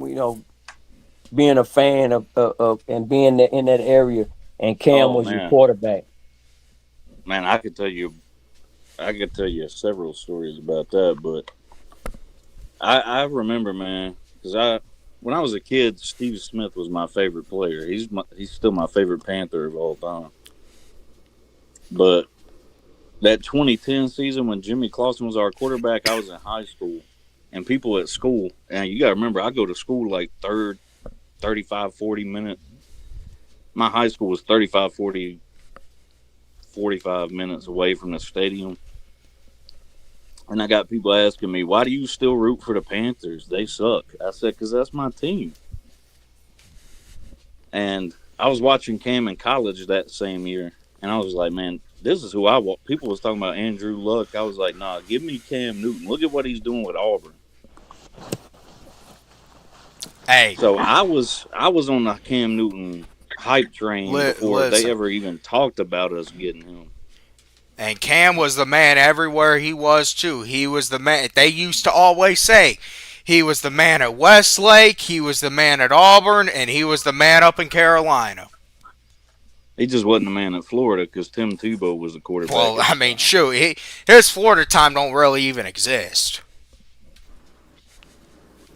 That Florida team back then was crazy. They had Cam Newton, Tim Tebow, Aaron Hernandez. I'm forgetting a bunch of people, but that was a Didn't they? crazy Didn't they ass put a team. 30 for 30 on that? They did some kind of documentary on it, I think. And I don't Urban think they Meyer did a was 30 coaching for. that team. Yeah, they had Urban Meyer. Yeah, think about all the names in that locker room. I've always been like, man, I know that locker room was toxic as hell. That's what Cam Newton said on his show. He said that Right. that locker room was full of like alpha male leader type players, and it was toxic as hell in the locker room. He said that just happens when you got a bunch of guys in a locker room that want to be the best. Also, back then some of them was involved in stuff that probably shouldn't have been, but they was college kids Hey, and they and wasn't getting paid back that was then. still really at a time where social media was like just first coming out.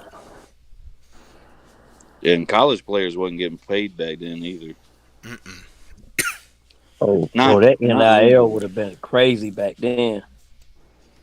Oh yeah, because they made that whole big deal before the draft when we had the first overall pick in 2011 about when they were accusing Cam's dad of paying Auburn to for Cam to come be the starting quarterback and all that shit. Or they took money from Auburn or whatever the fuck it Yeah, they was. say his dad said, "I'll get my son to come, but you got to pay me." Yeah. I was like, "Well, And Cam still denies that that's true. Cam well, said even if he he said did, he said him and his mom laughed when people was telling them that they was saying that about his dad. He was like, I wish they'd have gave me that damn money. exactly." He was like, at that age, man, I wish they'd have gave me that money.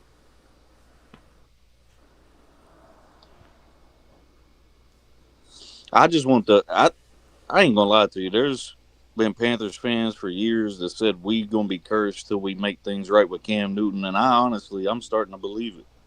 I tell the Panthers all on social media all the time. Y'all need to make up with Cam Newton, put him in the Hall of Honor, put his pictures up around the stadium, do Shoot, something. hey, They it's say his picture's not even at the facility. Yeah, there's a lot of pictures of Jake Delhomme, Steve Smith, Luke Kuechly, Greg man, Olson. You hey, don't see a lot of Cam. that is fucked up.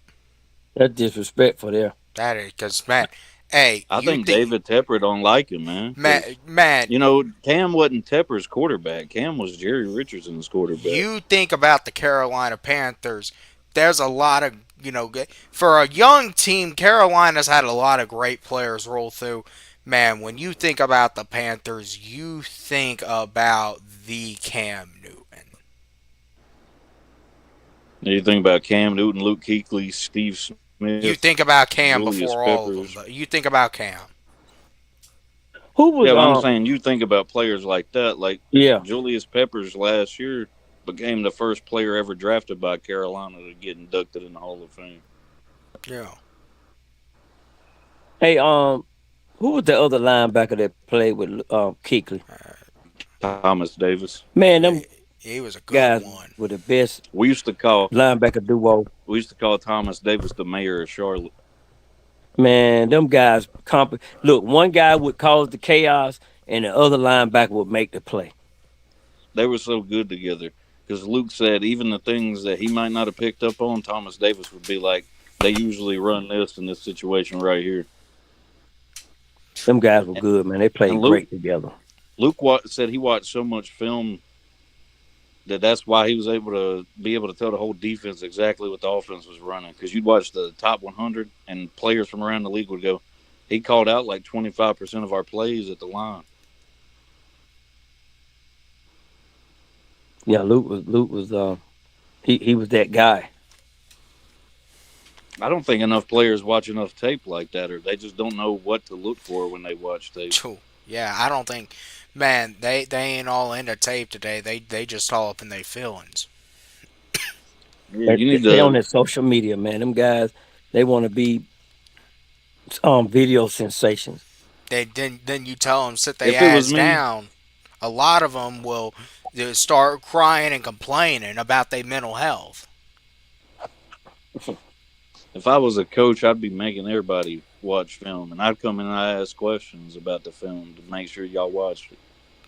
Hey, dirty. What they do at Vic one time? They did that Pertaining shit to to what? Jamarcus Russell one time. Not nah, but Which hey, part are you pertaining to? uh, was it Jamarcus Russell? Was he the one that had? Because man, I was thinking about the blank CD where they gave Jamarcus Russell a blank CD. They gave him blank Yeah, VHS tapes, and he and and came in and and said he and, and watched it. yeah. And I mean Vic wasn't too much different. The playbook was always in the trunk.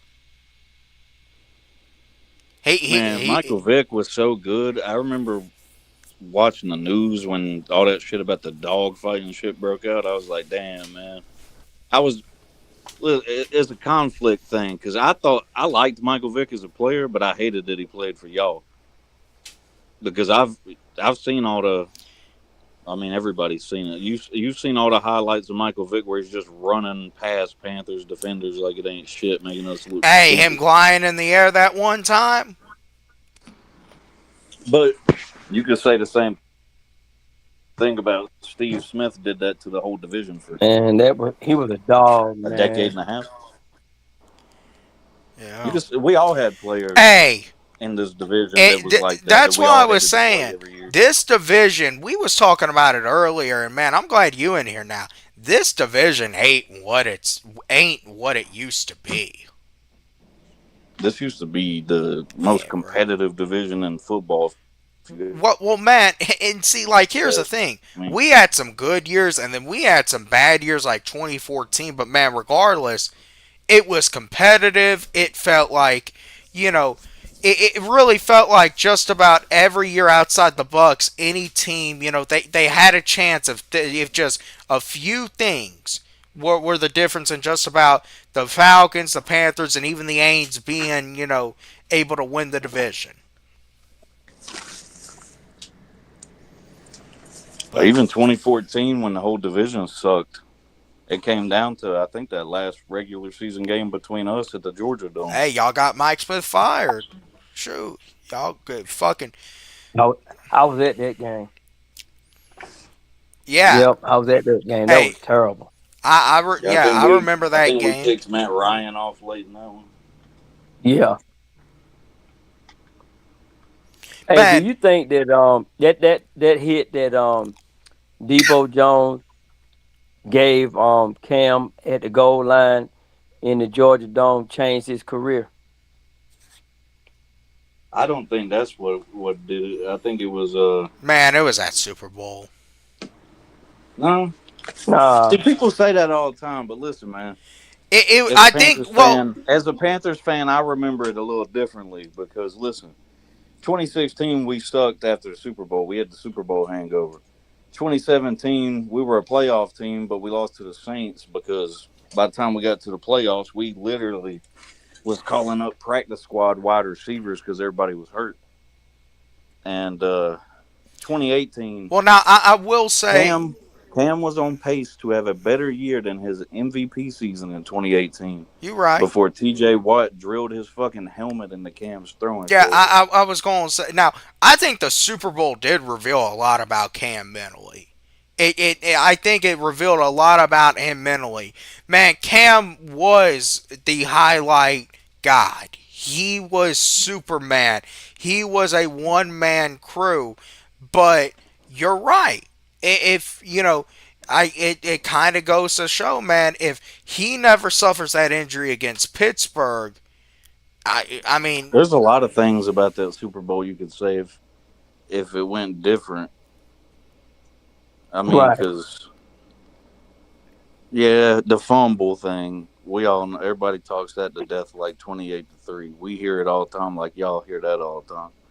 But there's also different points in that game that was real big turning points. Like Jonathan Stewart got hurt early, and he was our best blocking running back. So Mike Rimmers, our right tackle that year, was getting his ass whooped by Von Miller the whole Super Bowl.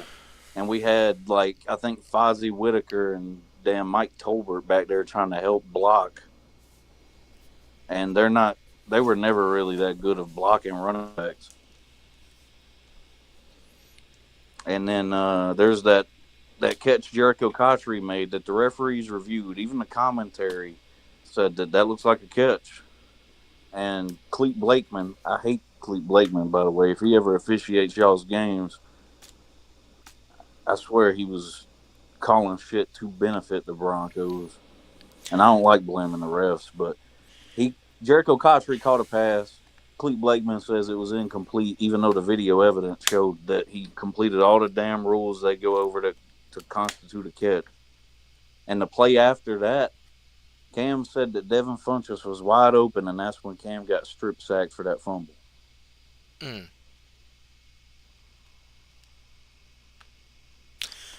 See that's why I do say though, because I mean, man, listen, it was so. I think it was just a perfect ending for Peyton Manning. And man, no the only two quarterbacks that have gotten that Cinderella send off have been John Elway and Peyton Manning, and they both play for the Broncos.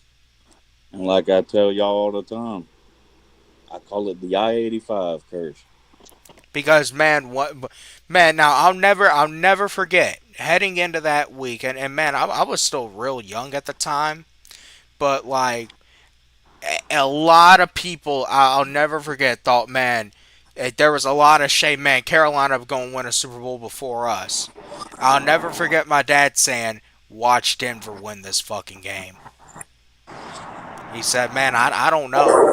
Watch, Peyton Manning's going to want to go out on top. Watch Denver win this game." And I tell people all the time, the week before the Super Bowl, it was trending all over Twitter of Cleet Blakeman, who was the head official of that Super Bowl, and his wife and kids wearing Broncos gear.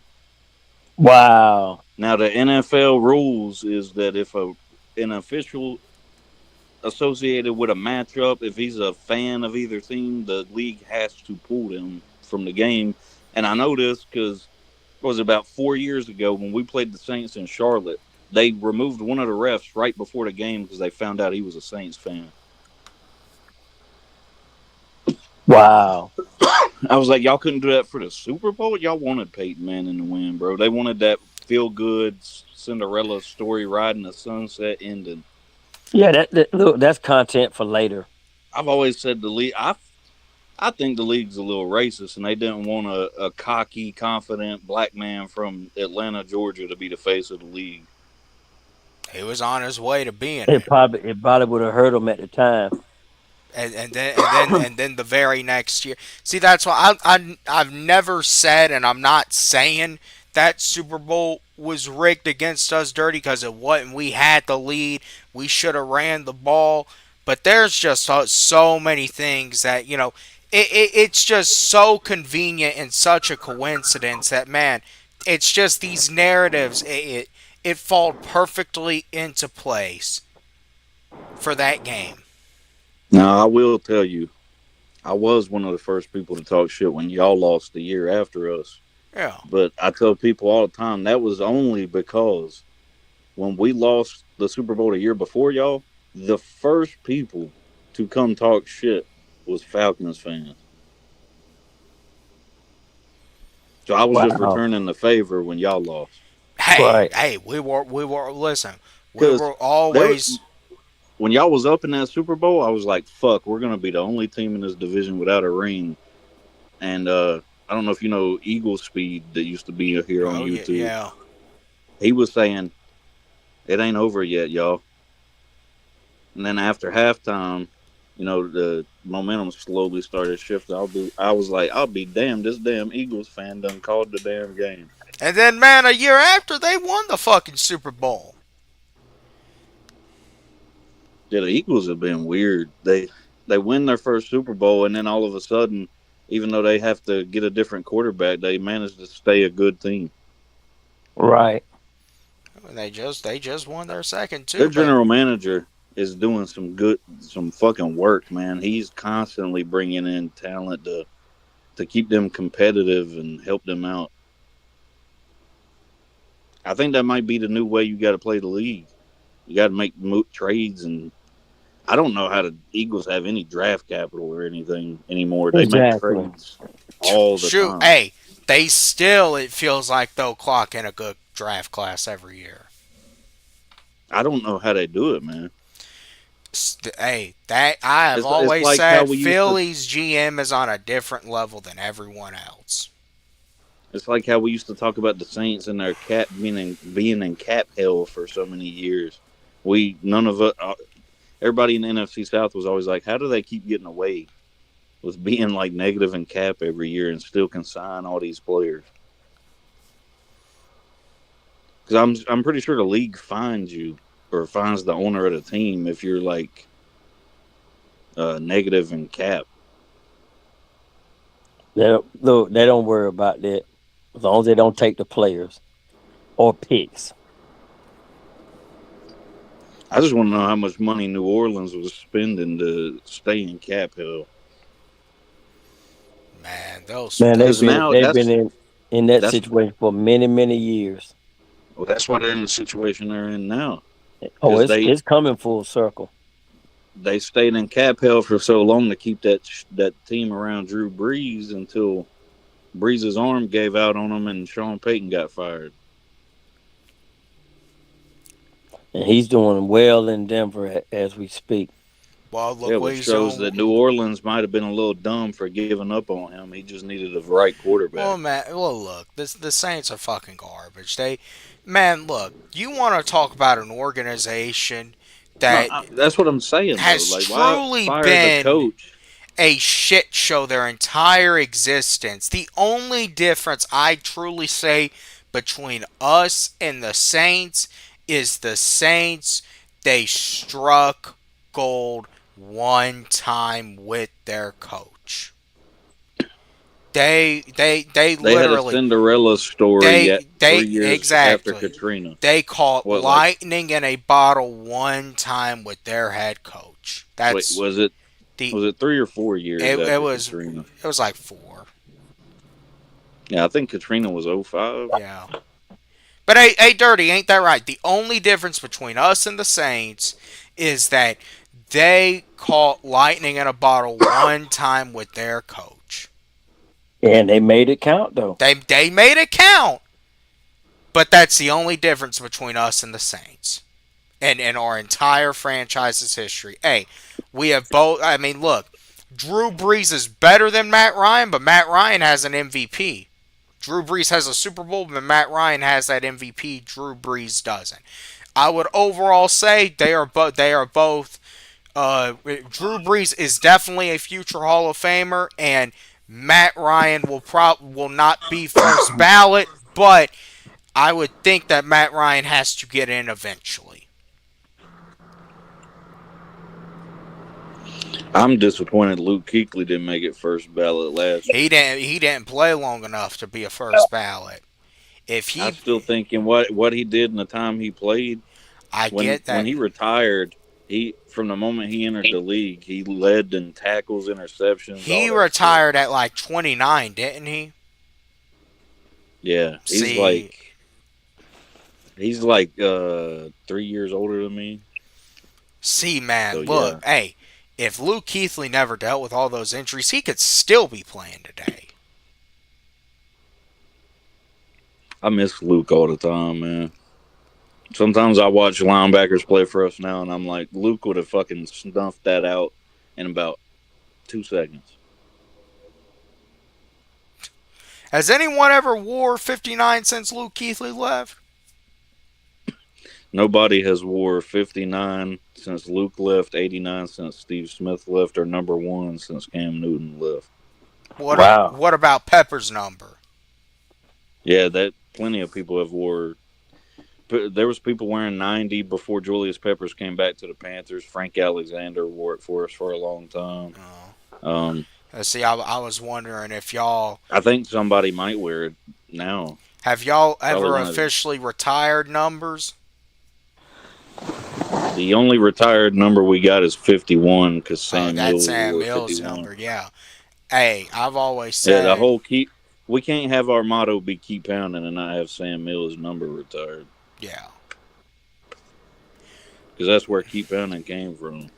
But like I've always, the Falcons they never retire numbers, but what they will do is there's certain numbers that like that will basically be off limits. Like they're unofficially retired. That's how Steve Barkowski's number is. That's how I Yeah, think Tommy Nobis's number is.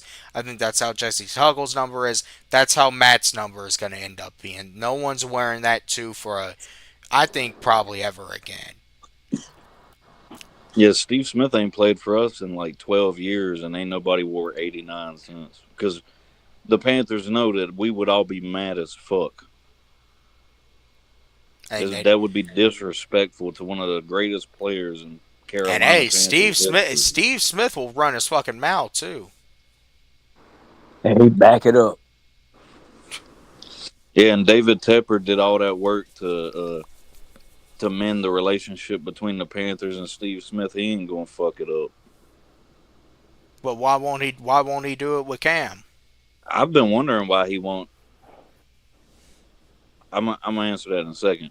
But I've been wondering why he don't. Damn man, I lost my train of thought. What was we just talking about? Steve Why? Smith. Yeah, Steve I don't. I've Smith. been Bury the wondering hatchet. why he don't retire Steve Smith's jersey. Top 10 wide receiver of all time in NFL history. Retire that man's jersey. Well, Nobody wears the number anyway. Retire it. yeah. But why do you think he's never made amends with Cam? I don't know what it is, man. I don't even know. I don't know. I sometimes I think it's because he was Jerry Richardson's quarterback. Man, Like that was Jerry's last guy at quarterback before he sold the team and then died. but hey, who's that one guy? Isn't it your long snapper? J.J. Jansen. Man, hasn't he been since the with the team since y'all's original logo? Y'all were still I, wearing it. yeah, yeah. He was with us when Jake Delhomme was the quarterback. What? Man, that's got to be something. Yeah, I think he's the longest tenured player in the NFL right now, or one of them. He's every week he sets the fucking record for most snaps in a Panthers uniform because he's played for us for so damn long. Wow.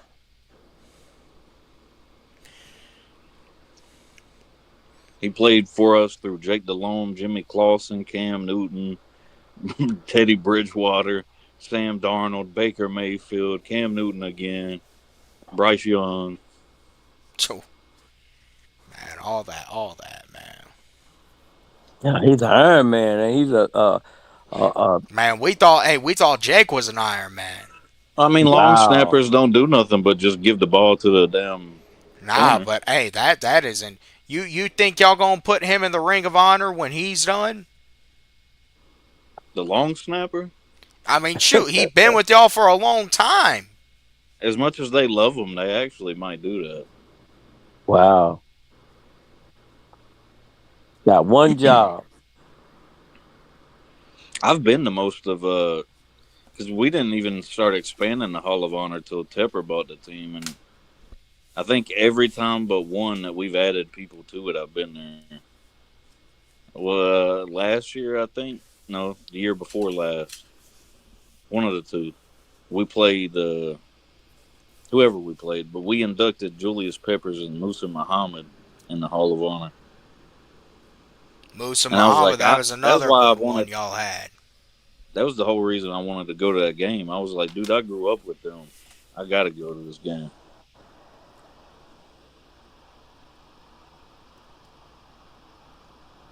Well, yeah, you have grown up with the Panthers, but you got some great memories over there. Oh man, the Panthers have been giving me a heart attack my whole life. You know how they was in the early 2000s. They'd wait till the last minute to win the game. Well, man, Right. y'all also had like back that wasn't that around like the time the Ray Caruth shit happened. Oh, that That was was in the crazy. 90s or That was Okay. early in the 90s. 2000, late 90s, early 2000. Because he was the last person to wear 89 before Steve Smith, and I ain't never really seen it officially confirmed. But there's a story that Jerry Richardson asked Steve Smith to wear 89 to make people forget Ray Caruth ever wore it. Oh, And now we don't let nobody wear it because Steve Smith wore it. and Ray Caruth got released from prison for that shit too. Yeah, they finally let him out, but he did a lot of time, buddy. Man, he did a lot of time. He killed his pregnant wife. He should have been up in there for the rest of his life. Yeah, that's the most fucked up thing a player of ours has ever done. Yeah, yeah, that was crazy.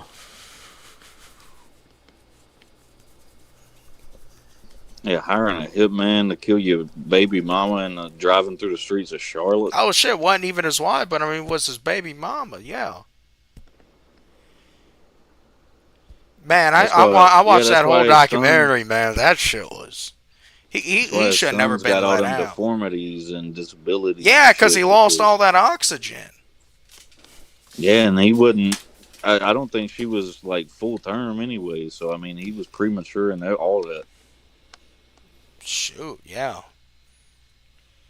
I think his grandmother has him, right? yeah. Yeah, his grandmother's been taking care of him since all that happened. I Wow. think they put a story out. He said he's been sending a little bit of money to him.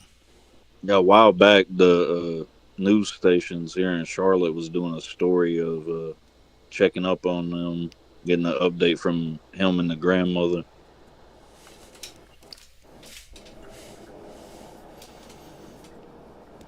Because they covered it on the Charlotte News when he got released from prison too. Mm. Wow. Where's he living? I have no idea. Oh, okay. I heard he went somewhere in like solitude out where nobody could bother him. Okay. Hey, probably Because I so. mean, yeah, I imagine he gonna get a lot of death threats and shit.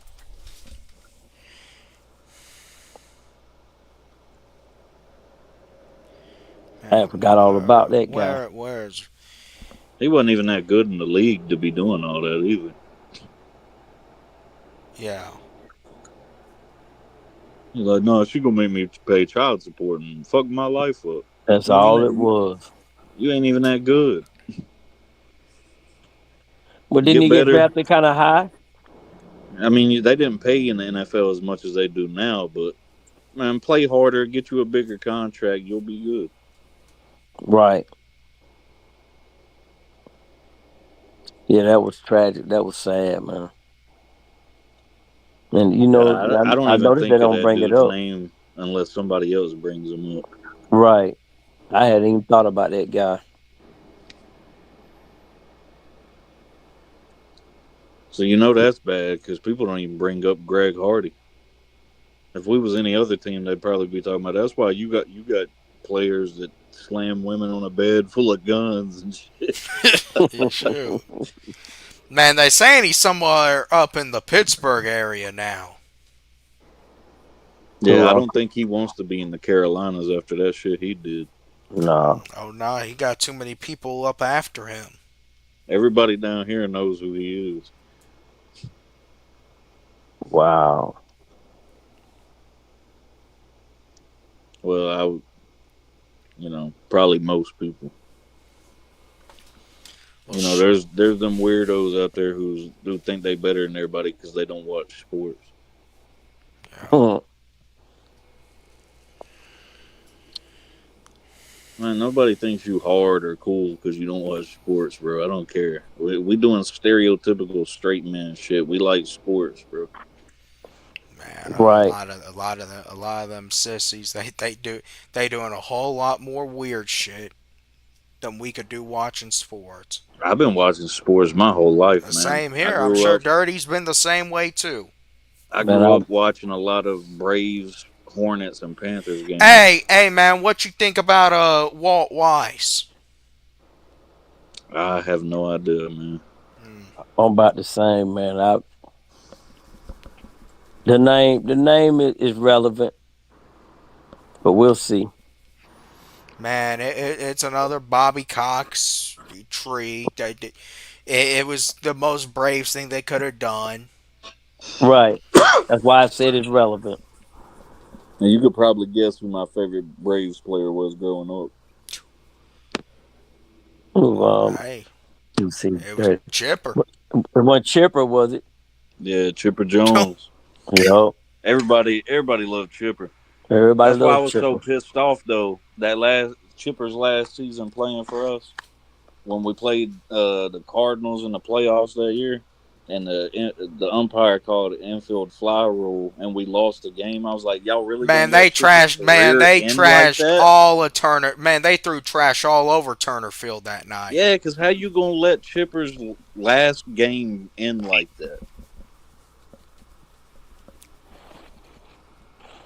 And that call was questionable to begin with.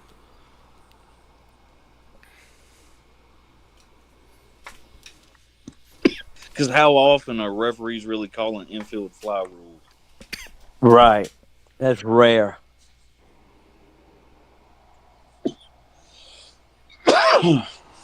Yeah, when I was a kid, baseball was my first favorite sport. I used to love baseball when I was a little boy. I say that like I'm old as shit, but you know what I mean, man. Like the late '90s, Right. early 2000s, growing up as a kid, baseball was the shit still back then. Yeah. Oh yeah. There were so many like really good players in the MLB back then. Man, there was lots of them, boy. And you knew their names.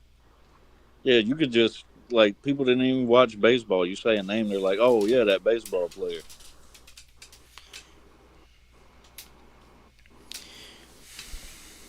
But the older I got, the more I took pride in supporting my hometown teams, and I just I started to love the game of football more the older I got. I love basketball too, because don't get me wrong, we are a basketball state. Fuck Oh Duke, yeah. go Tar Heels. Yeah, that's what I learned when I got up here, boy. People don't realize how serious we take that shit here. Man, Carolina takes I've that seen families basketball like serious. have drama and break that, like people gonna disown you if you root for one team or the other. Shit gets serious up there. Oh, it's serious up here, buddy.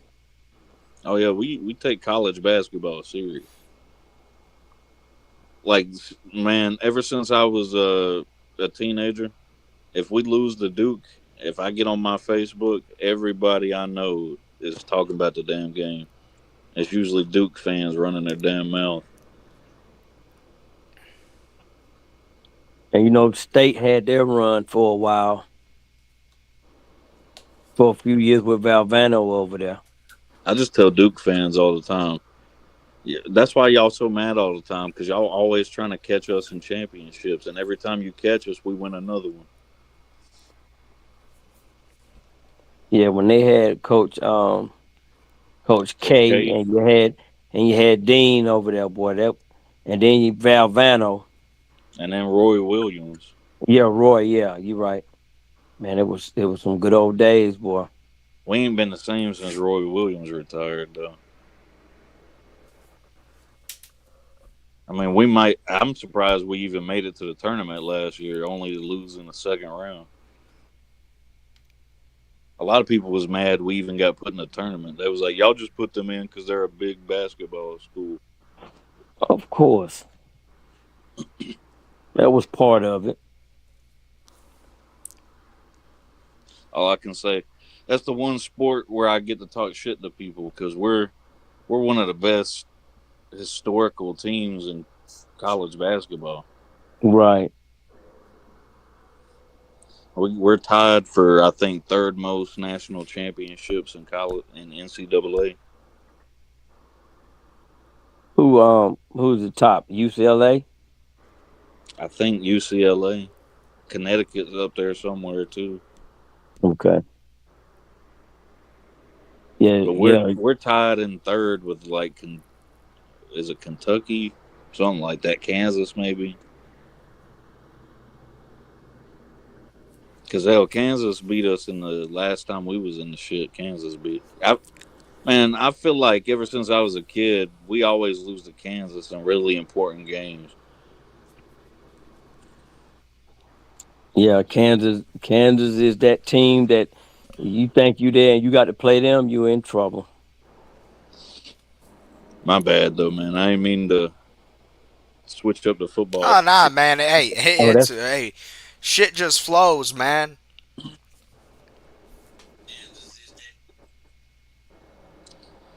but yeah, Yeah. man. Hey, but guys, I've got to get ready to call it a night. Yeah, hey, we We got- appreciate All you right, for man. coming on, Dirty. Yes, sir. I got an event tomorrow that I gotta host. So I gotta get me some rest and then I gotta prepare in the morning. Have But a hey good man, weekend, man. Hey, yeah, man, I hey, appreciate y'all. Chandler, I appreciate you dropping the link for me, man. And um, GPG, no CPG. Yeah, Carolina Um, Panthers guy.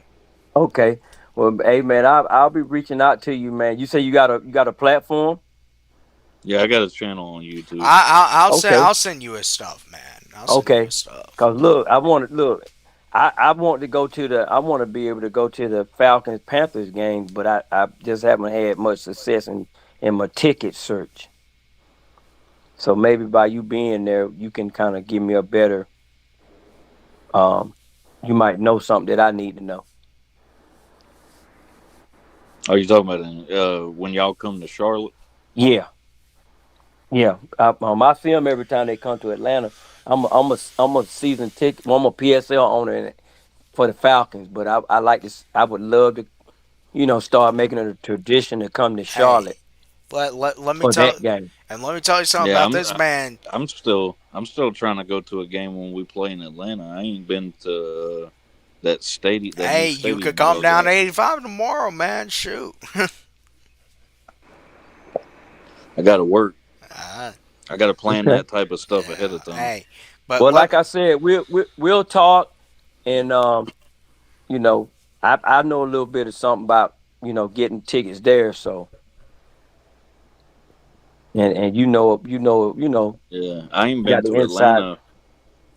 I ain't been to Atlanta since I think 1999 when I went to a Braves game at Turner Field. Oh wow, it's a whole different ball game now. Yeah, I've heard whole it's a lot. different. There's a lot more going on. Yeah. I'm sure the city done got a hell of a lot bigger since then too. Hey, man, they trying to put up Dirty. I'm sure you see it whenever. Hey, let me tell you, CPG, before Dirty, you get out of here. I want to tell you something about Dirty real quick.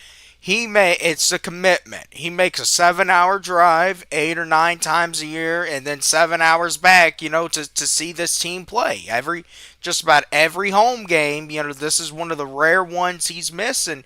But like I'm telling you, this man, he makes the commitment. But Dirty, you know what I'm talking about. Every single time you come down there, you like, goddamn, they're throwing something new up. Yeah, they throwing something new up, but I love it, man. It's I made a commitment in 2008. Well, I was going to games before that, but I found it being cheaper just to buy the season tickets. The Panthers been trying to get me to buy them for years, man. They every year they hit my email, start calling my phone. Yeah, the Falcons do that with me, and like, I was wanting to do it at the beginning of the year, but with how this shit's been going, man, I don't know if I'm ready to do all that. Yeah, it's a commitment, man. You have to you grow thick skin to the losing and the incompetence and other things that go on in the Like, hey, franchise. But I still but go to it's the great, man. games. I get all the Yeah, tickets, but like, I don't know if I'm yeah. ready to sign my name onto some season tickets with all Telling this you, man. losing. I'm I telling you, mean, if I man. get my work schedule switched up and I could go to every home game, I would consider it. Well, you can always, I know you would want Panther But fans to get in your seats, but you can always, you know, recoup your money on that end, for the I games that you can't go to. I always just find it easier getting single game tickets. That's how I've But see, been. that's why I need to have a conversation with you, behind the scenes, and when that time comes, I can go ahead and I get my mean, tickets. yeah, usually the Panthers Falcons game in Charlotte is like 40, 50, $60. That's about. Hey, I sat in the end zone when I made that trip up 85 a couple years ago. It was that Thursday night game. It was the end zone where right above those new end zone suites y'all built. Uh, and man, those that was a good deal for those tickets.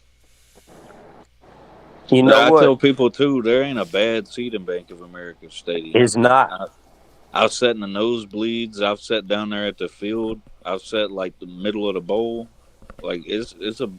I love that stadium, man. People say y'all need a new stadium. I'm like, yeah, it'll come one day, but we got one of the few traditional American football stadiums left in the league.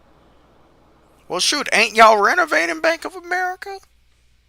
Yeah, Yeah, y'all ain't gonna I get a don't new like. one anytime soon. I don't like that. On the away side in the nosebleeds, Tepper's cutting out a section of the seats to put like a damn bar there and a standing room area Oh yeah. where you'll be able to buy standing room tickets for probably like a few bucks. Yeah, yeah. I was in Charlotte about 2 months ago, and I saw that. I went up there and checked the stadium out. Yeah, he got them cool ass video boards on the outside of the stadium now. I think that shit's pretty cool. Yeah, He's put but a lot of money into that shit, man. yeah, but yeah, I that's why I said I needed.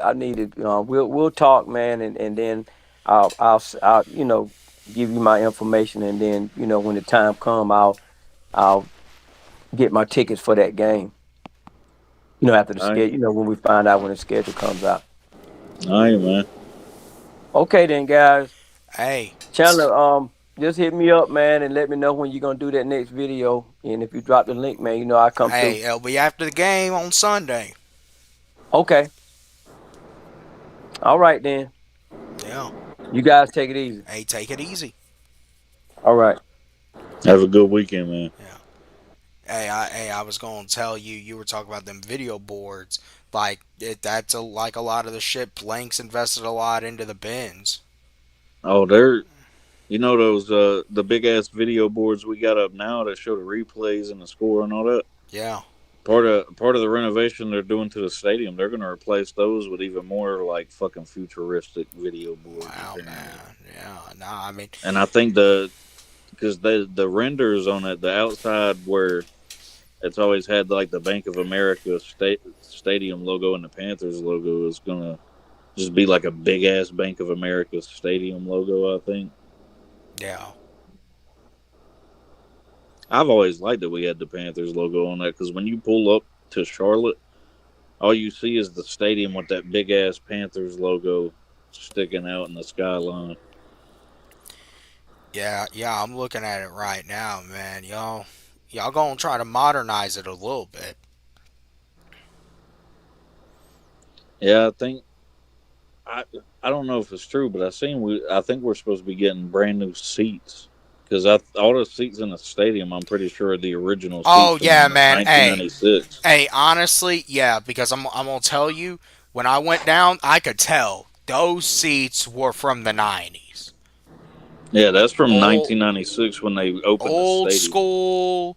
Yeah, They still got the old original Panthers logos on the seat numbers if you look at it. yeah. Nah, I noticed that too. Those are old school seats. Yeah, I So think man, they're planning when to are put these brand new renovations seats gonna in. be done? I think they said it should be done by 2029. Mm. They usually like as soon as our season's over, like if we don't make the playoffs, the week after the last regular season game, they'll start construction and shit. They do it all the time. But Every man, time they've ever done upgrades to the stadium. now that y'all got that soccer team though, don't that make it a little harder? He had Tepper has concerts in the fucking stadium all the time too. So I don't know how they fucking work around that. Ooh, yeah. I guess that's why they're saying it'll be 2029 because it's probably going to take a while. Yeah. Hey, Just look, because they I have to work around the concerts, the Panthers, Charlotte FC. yeah, I guess. Hey, y'all gotta keep up. But like I'll We say, have college football games in there at least once a year. weren't they also talking about putting a roof up on that bitch?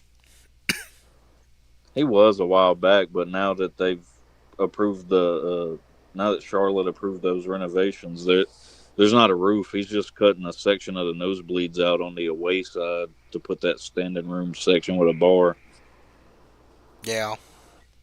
Which I was like, I hate that he's altering part of the stadium that's been like this since the '90s, but I was like, yeah, I guess it'll be cool because we'll probably be able to get cheap ass tickets to just fucking go to the game. Yeah, and just sit up at the Like, don't bar. feel like spending. You don't feel like spending money. Hell, I'll just go stand and watch, drink beer. I'm Yeah. good. Hey. Nah, hey, I could definitely tell, man, when I walked around y'all stadium, it's a very old school stadium. Like, not much had been done to it. I still think the stadium is beautiful, man. Man, and I mean, look, I'm saying I went to this. the Colts stadium, for the Royal Rumble, and the Colts stadium is actually pretty nice. Yeah, that stadium. It looks nice. Don't they say that was a house that Peyton built? It was weird. It was just weird to me being in a dome for the first time. Shoot, yeah, yeah. I mean, Because at our games, I mean, if you out there, you out there. If it starts raining, you getting wet. yeah. If it starts snowing, it's gonna be cold. Has it ever snowed up during a Panthers game at home? I think a few times maybe. Mm. We've had plenty of rain games though. Well, I mean, yeah. I mean, but That 2013 game against the Saints with the division title on the line, and Luke Kuechly had like 20 fucking six tackles in the downpour, oh man, yeah, and Cam Newton throws the game-winning touchdown pass to Dominic Hickson. yeah. It's one of my favorite home games. Were you there for that? I was not there for that, but hell, watching it on TV was enough to make you want to cry because we'd been bad for like a few years, not as long as we have been now. I didn't know how bad it would get, but after the whole Jake Delhomme thing ended, it just felt good to be like we're getting better again. Yeah, That's when I was like, we got a quarterback, man. Cam drove down the field on a. The Saints were a good ass team back then. shoot, yeah. Wasn't that like what year was that? 2013. Yeah, 2013. Drew Yeah, Brees they had and an the all right team Saints were that still year. pretty. Yeah, they were still a pretty damn good team back then. Yeah,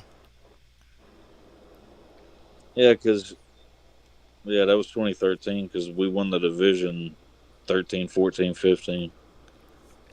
Man, y'all won the division on like what 7, 8, and 1. See The Bucks can be like, we've won it all these times in a row now because the division's ass. But who was the first team to ever win back to back division titles in the South? man, we It ain't ever wasn't done Tampa it. Bay. That was us. We ain't ever done it. We're the only team that's I, never done it. I was about to say I know that the Saints and the Bucks have done it. They did it after we did.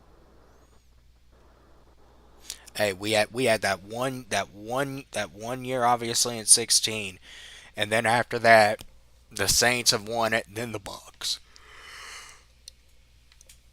and that's how it's been ever since, man. It always fucking baffles me when people say Cam Newton had one good year. I'm like, so y'all don't remember 2013? Yeah, that was really y'all's big. Bro, we started. I think people forget and people just remember shit that they've heard other people regurgitate. But in 2013, I'm like a Panthers encyclopedia mentally. And plus, I used to watch these games religiously. Uh, 2013, we started the season 1-3. We only lost one more game the whole rest of the season. We went 12-4, What was the one and game people y'all want to lost the act rest like of the 20. year? People want to act like 2015 was Cam's only good year. That's crazy. Hey, shit. What we'll always have for Did you say 2015. who was the only other team? Yeah, who was the only other team y'all lost to in that stretch?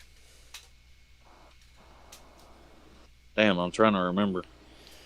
Man, I know early on we lost to Buffalo in a game we had won and we fucking choked it away. I'll never forget that Monday night game y'all had versus the Patriots back then. It might have been y'all or the Saints to be honest, because it's always a Oh no, division y'all fucking. y'all swept us that year. See, back when I first got on YouTube and I was talking shit, I used to just comment on people's videos for a year before I started making content, and I was in Falcons fans comment sections that year that y'all went. What was it, 13-3? It was a year we lost in the NFC Championship. You talking about? Yeah, the year y'all went 13-3. Because I was saying, of course, the only three teams y'all lost to was the NFC South. Because Oh the yeah, only three games y'all lost was the Bucks, Saints, and Panthers, we split with everyone in the division, then we beat everyone else. and they was get mad at me because that's where I started talking shit about football on YouTube. Because I was like, y'all talking all this shit, but y'all can't even beat your own division. We did beat y'all. I'm like, yeah, but you didn't sweep no damn body. The whole division can say we beat y'all one time. Well, I think that Tampa game, the last game of the year, we were. Well, no, we really didn't right with starters, and we should have, because then we got some of our guys injured, and that fucked us over in the playoffs.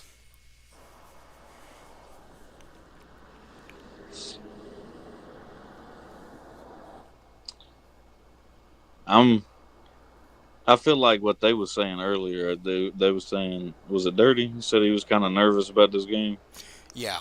I feel the same way, but it's because for one, I don't know if Bryce is ever gonna go back to what he was doing at the end of last year, and for two, sometimes Dave Canales puts together a good game plan. Sometimes he does not. Sometimes he has good play calls. Sometimes he has terrible play calls, like a halfback draw on 3rd and long. I don't know, man. This is feeling like this could be one of those very weird games. Like everything, I've said that like this is going to be a game that it's going to be a game of who can outrun who. But this could be end up being that type of game, and I'm kind of getting the vibe of it, where everything we've I think talked about, you could probably throw it out. Honestly, this game could go anywhere. It could end up 13 honestly it might 10 be a or repeat. It might be a repeat of January of this year when we played the Hey, last regular season or game. it might be a fucking Because shootout. you got a Falcons team coming in that wants revenge, and you got a pissed off Panthers team that's mad that they lost to the Saints, The only which is thing, not only the worst team in our division, but one of the worst teams in the league. the only thing is though, like our defense is much better, but I mean, if y'all can get a run game going, then it's gonna be all about.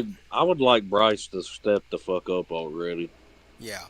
Hey, it's gonna be all about who ends up I heard coming. y'all say, I heard all of y'all say earlier that we don't want Bryce to be successful. That's bullshit because I want Bryce to be successful, but Well, there's other people. he just can't be. It's like every week he's got 130, 40, 50 yards and a pick.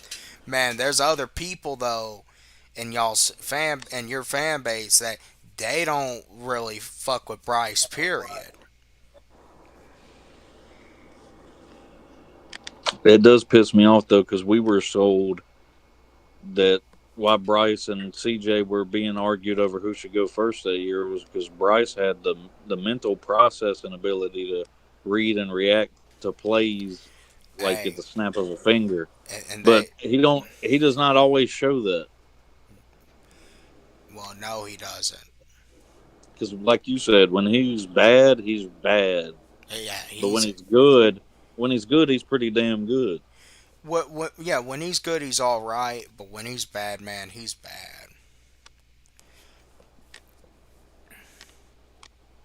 I was hoping coming into this year that he would carry some of that momentum of the way he played against y'all to end last year with them, but I still haven't seen it. He's had one game where he threw for over 200 yards. I'm pretty sure, and we lost that game. Man, shoot. Hey, shout out to Jalen Johnson for the night he had last night. Oh man, I forgot you're in the fantasy league for a second there, dude. Y'all's division is competitive as hell. Yeah, man. I was going to try to actually. I was texting with Will. He's just got a lot of shit going on right now. But Yeah, he talks in the fantasy group chat sometimes. I was I was talking to him about how we're tied for the best record in the league the other day. God, that's a pick 'em. I'm trying to go over to the yeah to this. I got to make sure my lineup's straight.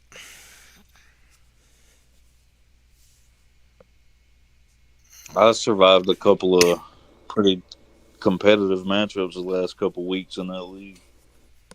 Yeah. I've already tied my win total from last year, so I can't be worse than I was last year. So Hey, I'm there's gonna that. I'm gonna need Will to start fucking slacking up. Yeah, Already, he's I having. think I already got the tiebreaker on Noah's ass, so I just need to fucking catch up to Will. Hey, I've been proud of him, man. He had a rough first couple of years in the league. I think he was one of the worst teams in the league last season. Yeah,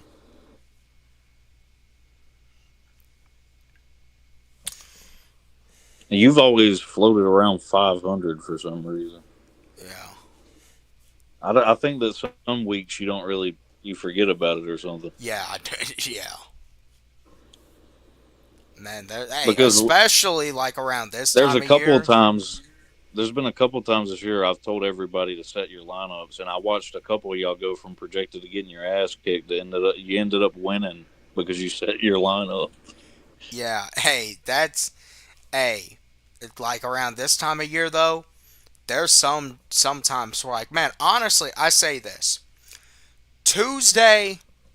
I'm kind of completely out of football, for that entire day. I'm just, I'm doing other shit or I'm just chilling. Wednesday is kind of that same thing, but Wednesday I got to start thinking about, my preview and stuff for the next week. And then Thursday's obviously this. Friday, so I mean, Tuesday's really that off day for me with football. Yeah, it's good to have a day or two where you don't think and talk about football all day. Yeah, but Because I know we all like other things outside of football, so you want to enjoy some of those too. yeah, hey, it's hey. I wish it was 12 months a year, but it ain't.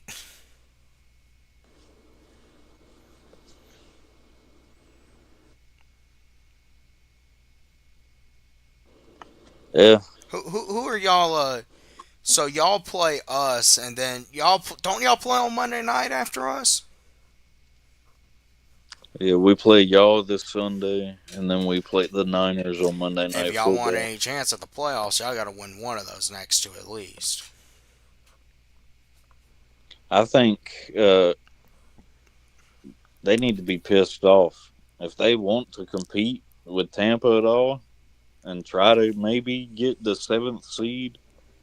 Because I think at most that's what we would get if we could be consistent.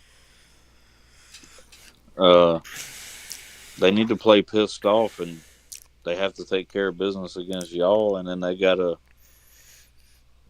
go show everybody on Monday Night Football with the whole country watching that we're not the same shitty ass Panthers anymore. That could be a big statement for y'all if y'all win that game. But I was telling, might have been a family member or something. Uh, it would be the most Panthers thing ever for them to lose to y'all and then beat the Niners. Shoot, yeah. That's the type of shit that I Hey, expect out yeah. of the Panthers. Inconsistency. Hell, I think when I did my pick 'em this week, more people on ESPN are picking the Falcons to win than us, even though we have a better record. And I was like, see, that says something. People look at us like we're a fucking fraud after we lost to the Saints. I just honestly, man, I think a lot of people still kind of look at y'all as like one of the worst teams in the league when even though y'all aren't, they still kind of do look at y'all that way. Like, I mean, to be completely honest, Daddle has been carrying y'all single handedly to a bunch of fucking victories. Yeah, that's why I want Bryce to step up. I kept telling people last week, I was like, this should be a game where Bryce can go and make a statement against a bad team. But of course, he What plays he like shit. wasn't able to, yeah. And he throws a horrible fucking pick straight to a Saints player. Shoot.